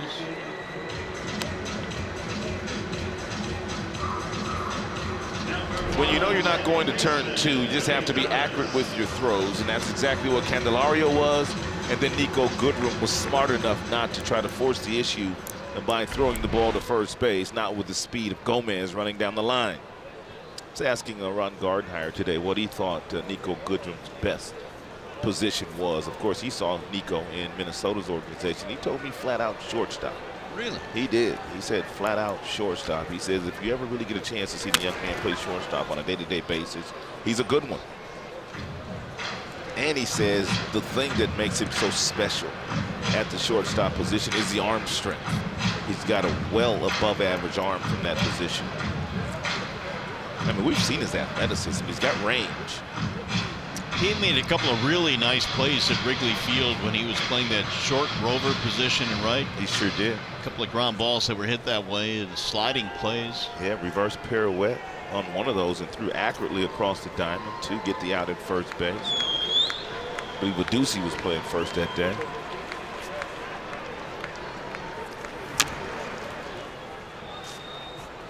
Oh, 1-2 on Willie Adames. He found a hole in the third and a ground ball between Candelario and Iglesias to drive in a run. Struck out his last time up. And Willie Adames was Tigers property in 2014. That's when he was traded from the Tigers to Tampa in the David Price deal. Fly ball to deep center, caught there by Jones. 2 gone. Bring up Kevin Kiermaier.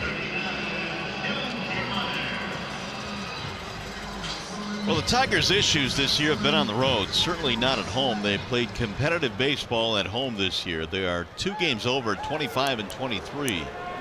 But on the road, 15 and 30. Ooh, that's 15 under. It is indeed, and so the Tigers need to turn that around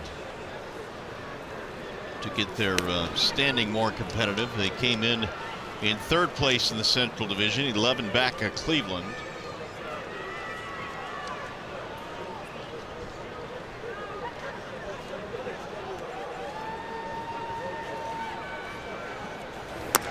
Ball high to Kiermaier. Single to drive in a run in the 3rd. 2-time Gold Glove winner. Kiermaier was on the DL with a thumb injury earlier this year. And he is one of those guys who is so special defensively, but part of the package is the way he plays. He's often injured. No doubt. He has not been able to figure out how to scale it back a little bit. I mean, not go 110% every single play. I think some guys are just wired that way, and it's nearly impossible to get him to scale back. Yeah, you're right.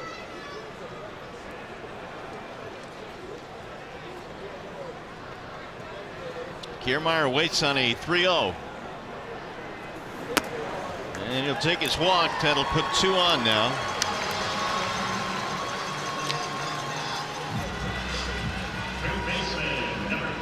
Bring up Matt Duffy.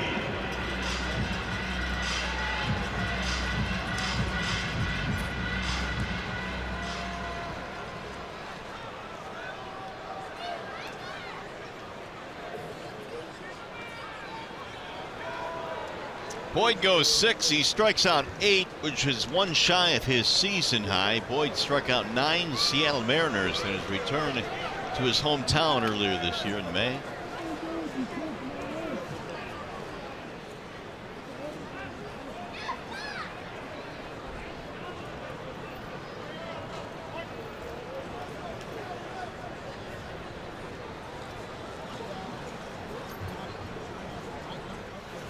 Duffy checked it, low and away, 1-0.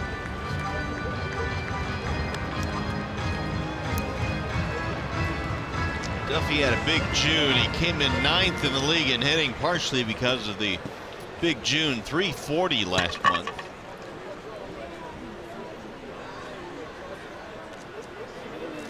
Get a really good look here, the deception of Coleman. Looks like he's throwing that ball from behind that right-handed batter. It's a really nice look there at it. He stands on the extreme first base side of the rubber, but then he steps across his body.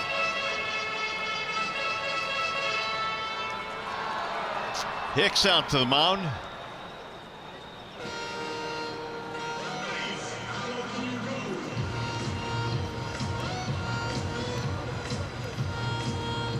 Tigers have had a couple of mound visits.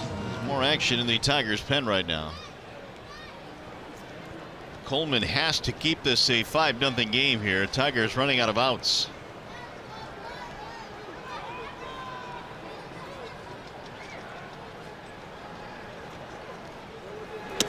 Outside. Now 3-0.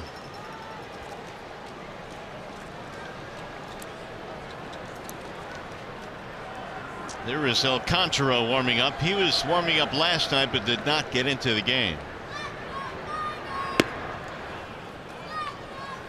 Inside, he's going to walk him. That will load the bases. 2 walks in this inning now for Coleman as we update. Ram picked the stick, and well, not a whole lot going on tonight. This is one of those nights where if you don't have a minus next to your name, you're in good shape. Yep, you probably are in pretty good shape if you don't have a minus next to your name. Guess who doesn't have a minus? Johnny Canes has come alive, apparently. We won't give Thanks, up. boys. Thank you. Last night, there was a Thank lot you. of activity, a lot of big winners last night in Pick the Stick, but not so much tonight. Johnny's pumping his chest with a 0 right now. Hey, That's how bad it is tonight. Not losing is winning. Write that down, kids. If you ain't losing, you're winning. That's right. Words to live by. Another brief chat on the mound, and so now the bases are loaded here as Robertson threatens to bust this wide open. It's already 5-0. And Robertson batting just .218 with runners in scoring position. So, and Lewis Coleman needs to make a quality pitch here. Strike call. That's a quality pitch.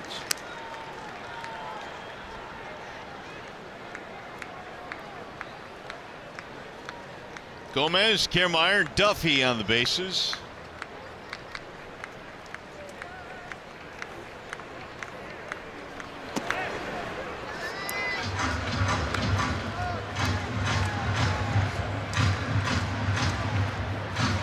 Robertson hit by a pitch and scored a run in the 3rd. Otherwise, 0 for 2.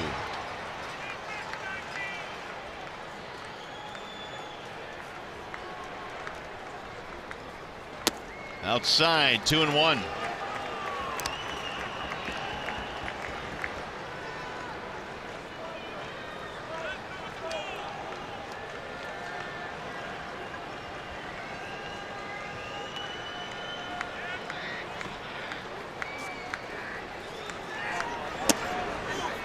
Now it's 3-1. Coleman wanted that one. Where was it?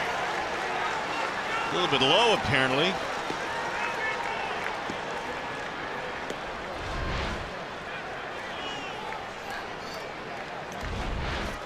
The body language of John Hicks as well. I thought that pitch should have been called a strike. In there, a strike on the outer edge. So 3-2 now with 2 outs. The Rays will start the runners.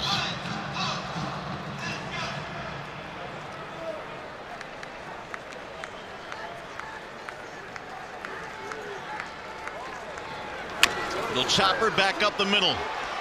Iglesias, quick throw, got him. Nice play by Iggy, and they will leave the bases loaded. Tigers baseball tonight presented by Bell Tire.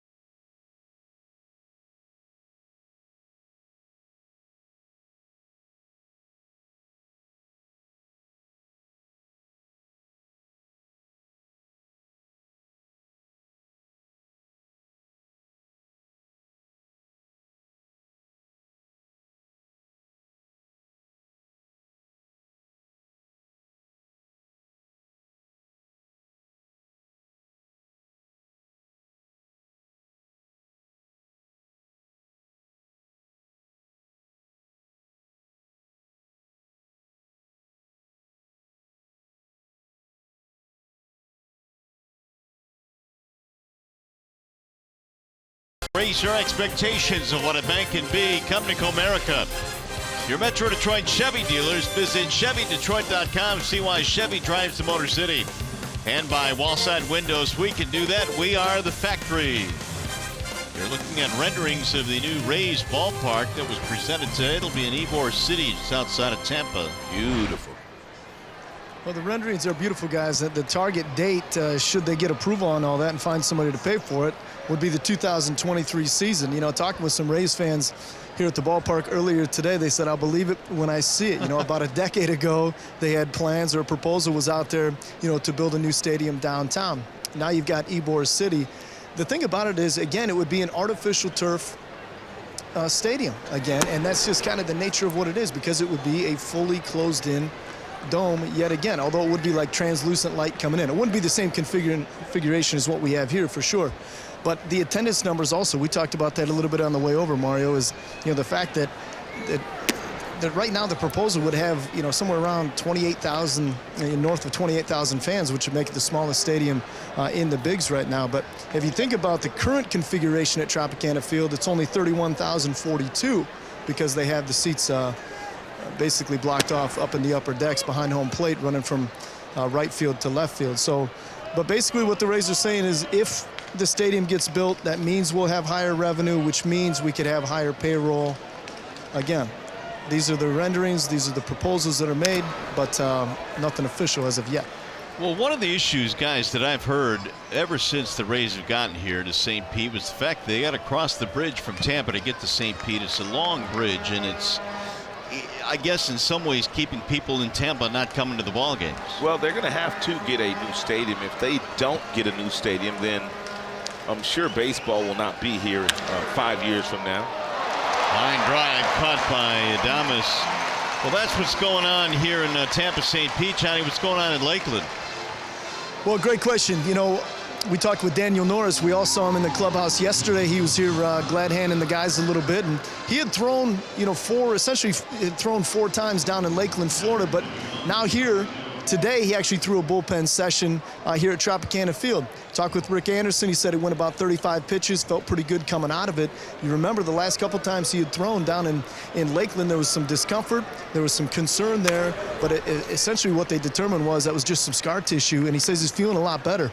In fact, since undergoing the left groin surgery back in April, he said the first time that he was able to get back out on a mound, that he had 3 to 4 more inches on his stride off the mound, which is huge for him, obviously, with getting that velocity back up. And they're not going to rush him back, but it's good to see he's doing well. Meanwhile, a ground out by Jones for the second out of the inning. And I know you saw him, Rod, as well yesterday in the clubhouse. He just had a different look about him. He just seemed a little bit more at peace, calm, and ready to get back at it. Well, he's healthy, and I think that's what's happened with Daniel since we've pretty much gotten him from Tampa a couple of years ago. He has not been healthy. So I'd like to see a healthy Daniel Norris. You know, his fastball was down to 90, 91, and he was a guy that was, you know, touching 94, 95 last year. So health is a big part of it. Iglesias looks at his strike. Johnny, any indication of whether or not he might be back at all this year? Is that a possibility? Well, everything's possible. I wouldn't take anything off the table. Ron Gardner was asked about that a week ago, and he says, you know, that's a possibility, but that's not something they're counting on. And I think the biggest thing for Daniel Norris, again, he had the oblique injury, and also with the groin strain. With a guy of his caliber, with his talent, the current state of this team, you're going to want this guy for the long haul. And I don't think what they want to do is try to rush him back until he's 100% ready to contribute every day. All right, Johnny, we appreciate it. Yep. All right, well, good news for Daniel Norris, who's headed back, hopefully, if not the end of this season, next year. And big news here in Tampa as well with the renderings of the new stadium proposal that came out today. Meanwhile, Rick Anderson continues to teach. Constantly. And Iglesias is hit by the pitch. A 1-2 pitch got him.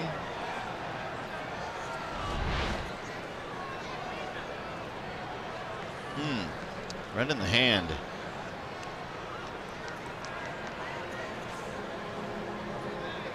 Might have got a little bad too, not sure. I'm not Iglesias. I don't want to say that it didn't get him flush. Obviously it did. Doug Teeter, the head athletic trainer, looking at it now. Ugh, he's in a lot of pain.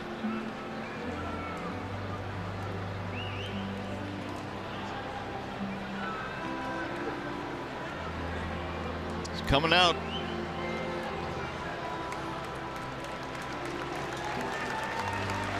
So we'll get a pinch runner at first base for Iglesias. Givadusi has grabbed a helmet.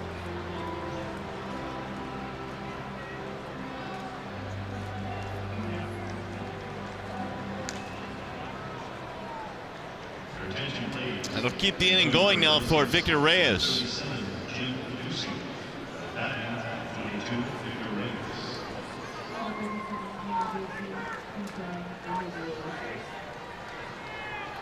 Reyes, a fly out and a strikeout.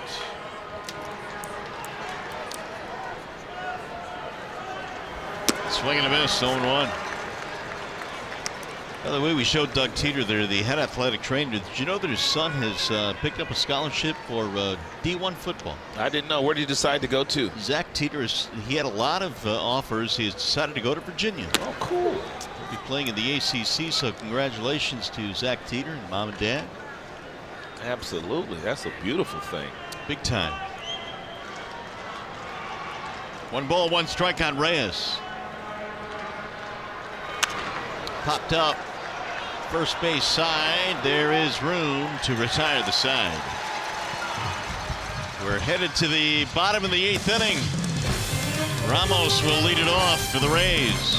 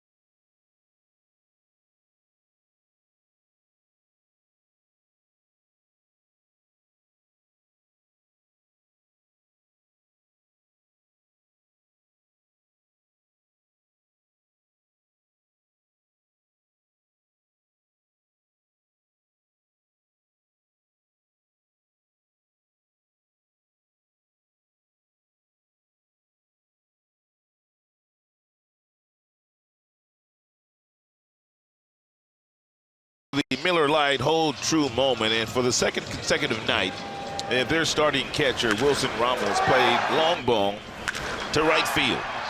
Hit one last night, hit another one tonight against Matthew Boyd.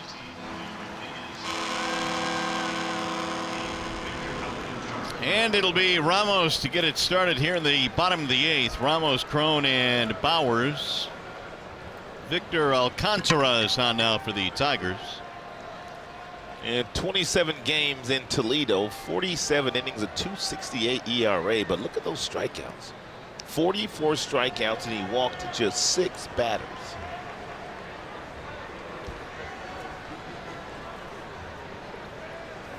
Ramos looks at a strike from Alcantara. Changes the Ducey stage of the game. Ronnie Rodriguez will go to short. Iglesias out of the game, hit by a pitch on the hand. Ramos sails it foul down the right field line, 0-2.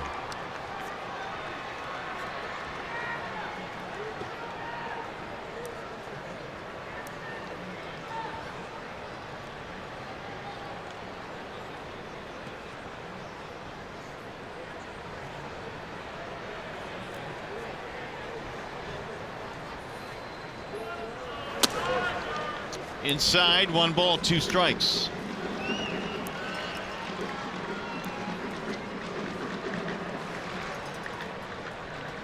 Victor Alcantara, 2.68 ERA at Toledo.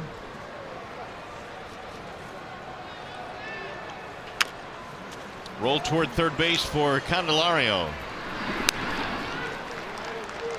1 away. Wallside Windows has our matchup for tomorrow. And, well, for the Tigers, you got Jordan Zimmerman, and the Rays have yet to decide. How about Zim's outing? His last outing against the Rangers, 11 strikeouts in that contest, no walks. He said it was the best slider he'd ever had in his life. So hopefully he can bring that tomorrow afternoon against the Tampa Bay Rays. It would be nice. He's been really, really good. Well, it just goes to show what he can do when healthy.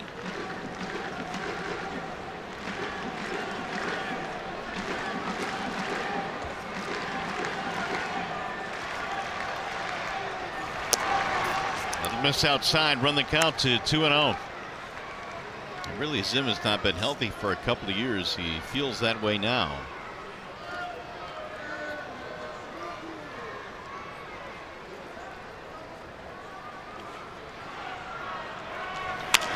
Pulled foul by Crone. Yeah, CJ was struggling a little bit before they went to New York and played in a National League park, which meant he had a chance to play some first base, and he said it really helped him getting back at first base and getting a chance to move around. Less time to think about the bad at bats. And it's very difficult to be a designated hitter and not think about your poor at bats in between. It's nice to be able to go on the field and make a nice play. It'll be Candelario calling this one, and 2 gone. Bring up Jake Bowers.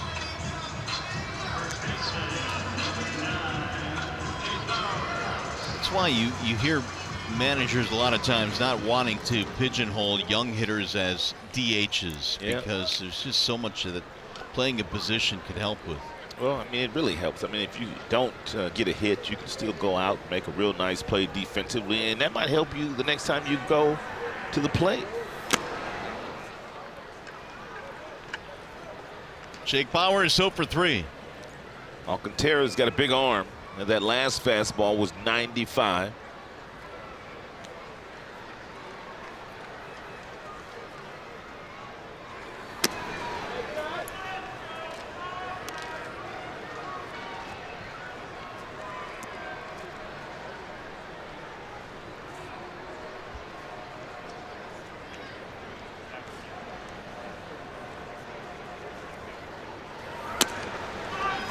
Alcantara is 25 years old. Tigers got him from the Angels for Cameron Maben in November of 2016.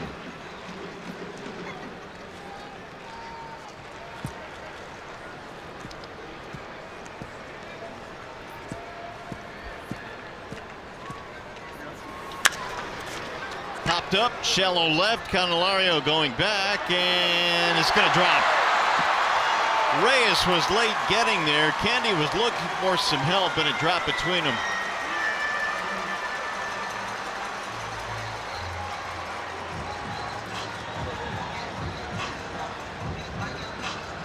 Did you see that developing?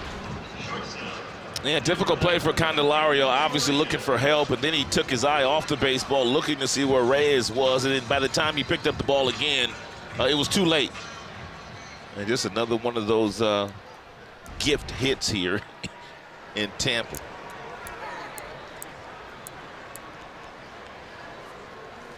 Here is Echeverria now with 2 outs. Chance to drive in a run.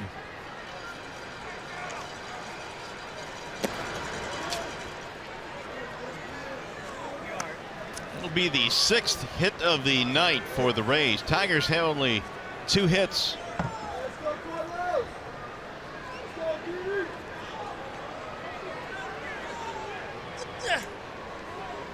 Alcantara now with the 1-0 pitch. Up the middle on the ground ball, Rodriguez. And he'll get the runner at first to retire the side. Tigers come up with the 9th inning. Top of the order coming up.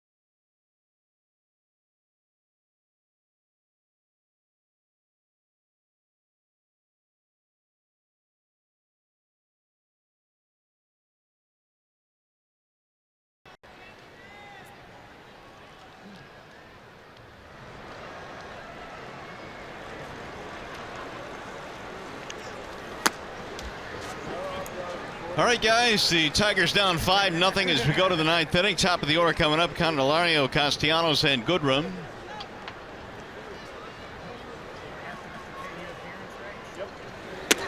There's a strike called on Candy, who is 0 for 3 in the ball game. 1 ball and 1 strike.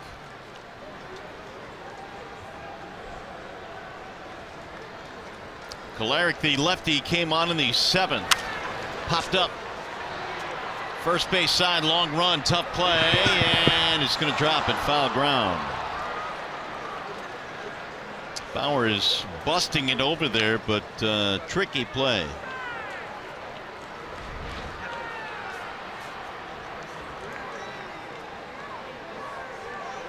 He lost it too. Yep. It's tough here, man. And they play here 81 times a year. How about trying to come here and play 3 games a year? It's what the Tigers are looking at in terms of the ceiling here.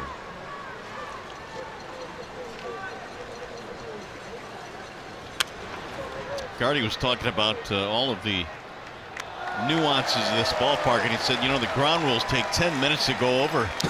You know, when you come here and meet at home plate and just change the lineup card. Right. You got the catwalks that you're looking at there. Dealing with the roof. Another foul back out of play by Chamber.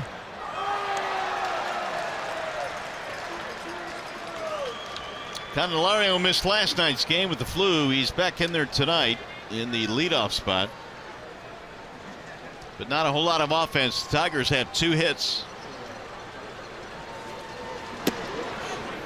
2-2 now on Candelario. And Detroit has already been shut out 11 times this year. Ooh. 11. Be nice to somehow push 1 run across the board here, maybe more.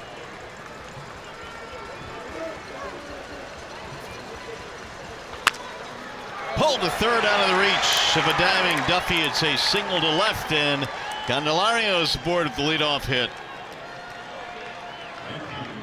3rd hit of the game for the Tigers. And nice job here by Jamer. Battled to get that base hit. He had broken, what, an 0 for 21 streak? Well, that was 0 for 20 counting tonight. Breaking that streak with his single. Here's Castellanos.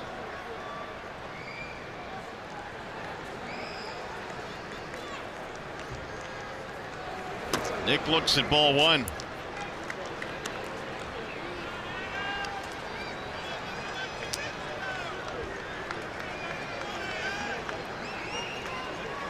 The Rays have pieced this one together using 4 pitchers. Kolarek is the 4th. Nick rips one fair down the left field line. It's going to go to the corner.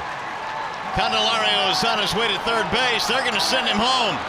Kennedy rounding third, coming in, and he's going to score a double and an RBI for Castellanos. That's the 3rd ball that's been hit right on the button tonight by Nicholas Castellanos, but he did not have anything to show for it in his prior 3 at-bats, but he absolutely smoked this ball past their third baseman, Duffy. And then once it got in that left field corner, Robertson had difficulty picking it up, and Dave Clark, the Tigers' third base coach, very aggressive, waving Candelario home. Take a look at Dave. Let's go, let's go. And there goes that shutout. Now here is Nico Goodrum. Still nobody out. Nico lines with a right center field, a base hit. That'll get another run in. Castellanos rounding third. He will score. And it's 5-2. 3 straight hits for the Tigers. Nico a 2-hit game. And Nico getting 2 hits a day. And well over 400 in the month of July. Takes that fastball from Kolarek and whistles it to right field. Kiermaier got over there in a hurry, their center fielder. He had some thoughts of trying to throw that ball home, but he thought better of it and realized he was not going to throw Castellanos out, and he lobbed the ball into second to keep Nico at first and keep their double play in order. Rays now trying to buy some time for the bullpen. John Hicks will stand in.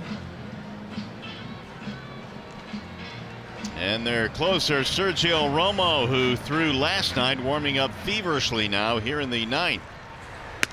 And both of those hits off of the bat of Castellanos and Nico Goodrum. Exit velocity better than 100 miles an hour. Line drive caught by Echeverria and dropped. They'll go to second. Are they going to call it an out? Echeverria hit the ground and dropped the ball. I wonder why they're calling it out, unless he feels like Echeverria dropped that ball on purpose. He's saying he was pulling it out, but I thought when his glove hit the ground it dropped, but we'll see. That ball was hit over 100 miles an hour too. That was absolutely smoked. Echeverria laying out to his left.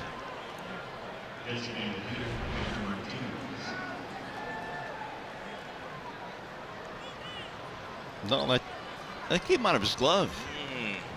I'm surprised they didn't challenge that, because that would have been a double play. Yep. Shocking they're not challenging that. It clearly came out of his glove. That was not on the transfer.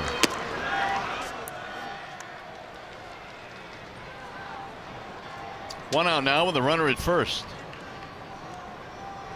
Tigers back to within 3. They need one more runner to bring the tying run to the plate.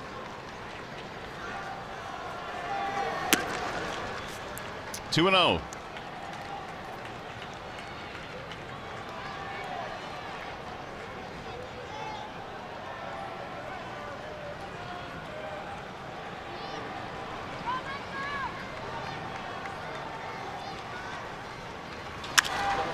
Fly ball right field.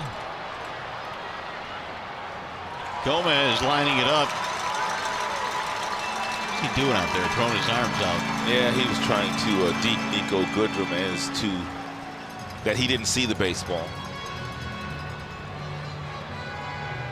2 away, and now we'll get a mound visit.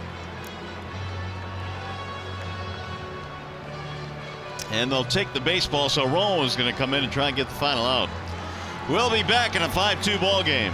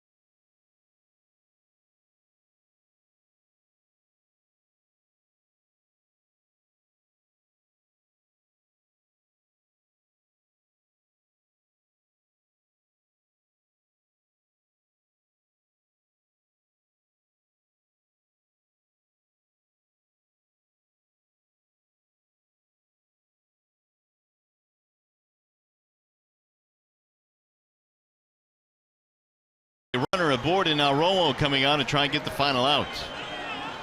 And 43rd game for Romo. He has 9 saves. He's blown 5 saves. ERA over 4. He's got a fastball at about 88, but he throws mostly sliders.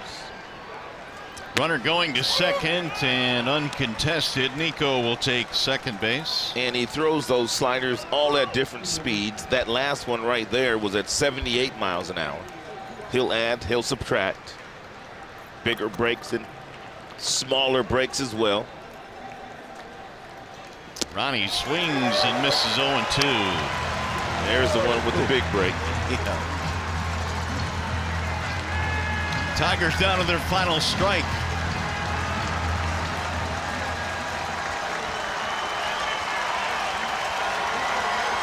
Infield pulling on Ronnie Rodriguez. Here's the 0-2. He struck him out to end the ball game. Sergio Romo comes out of the pen to get the final out. And the Rays win. Now we send you to the Coliseum Studios, Matt Shepard with Tigers Line postgame.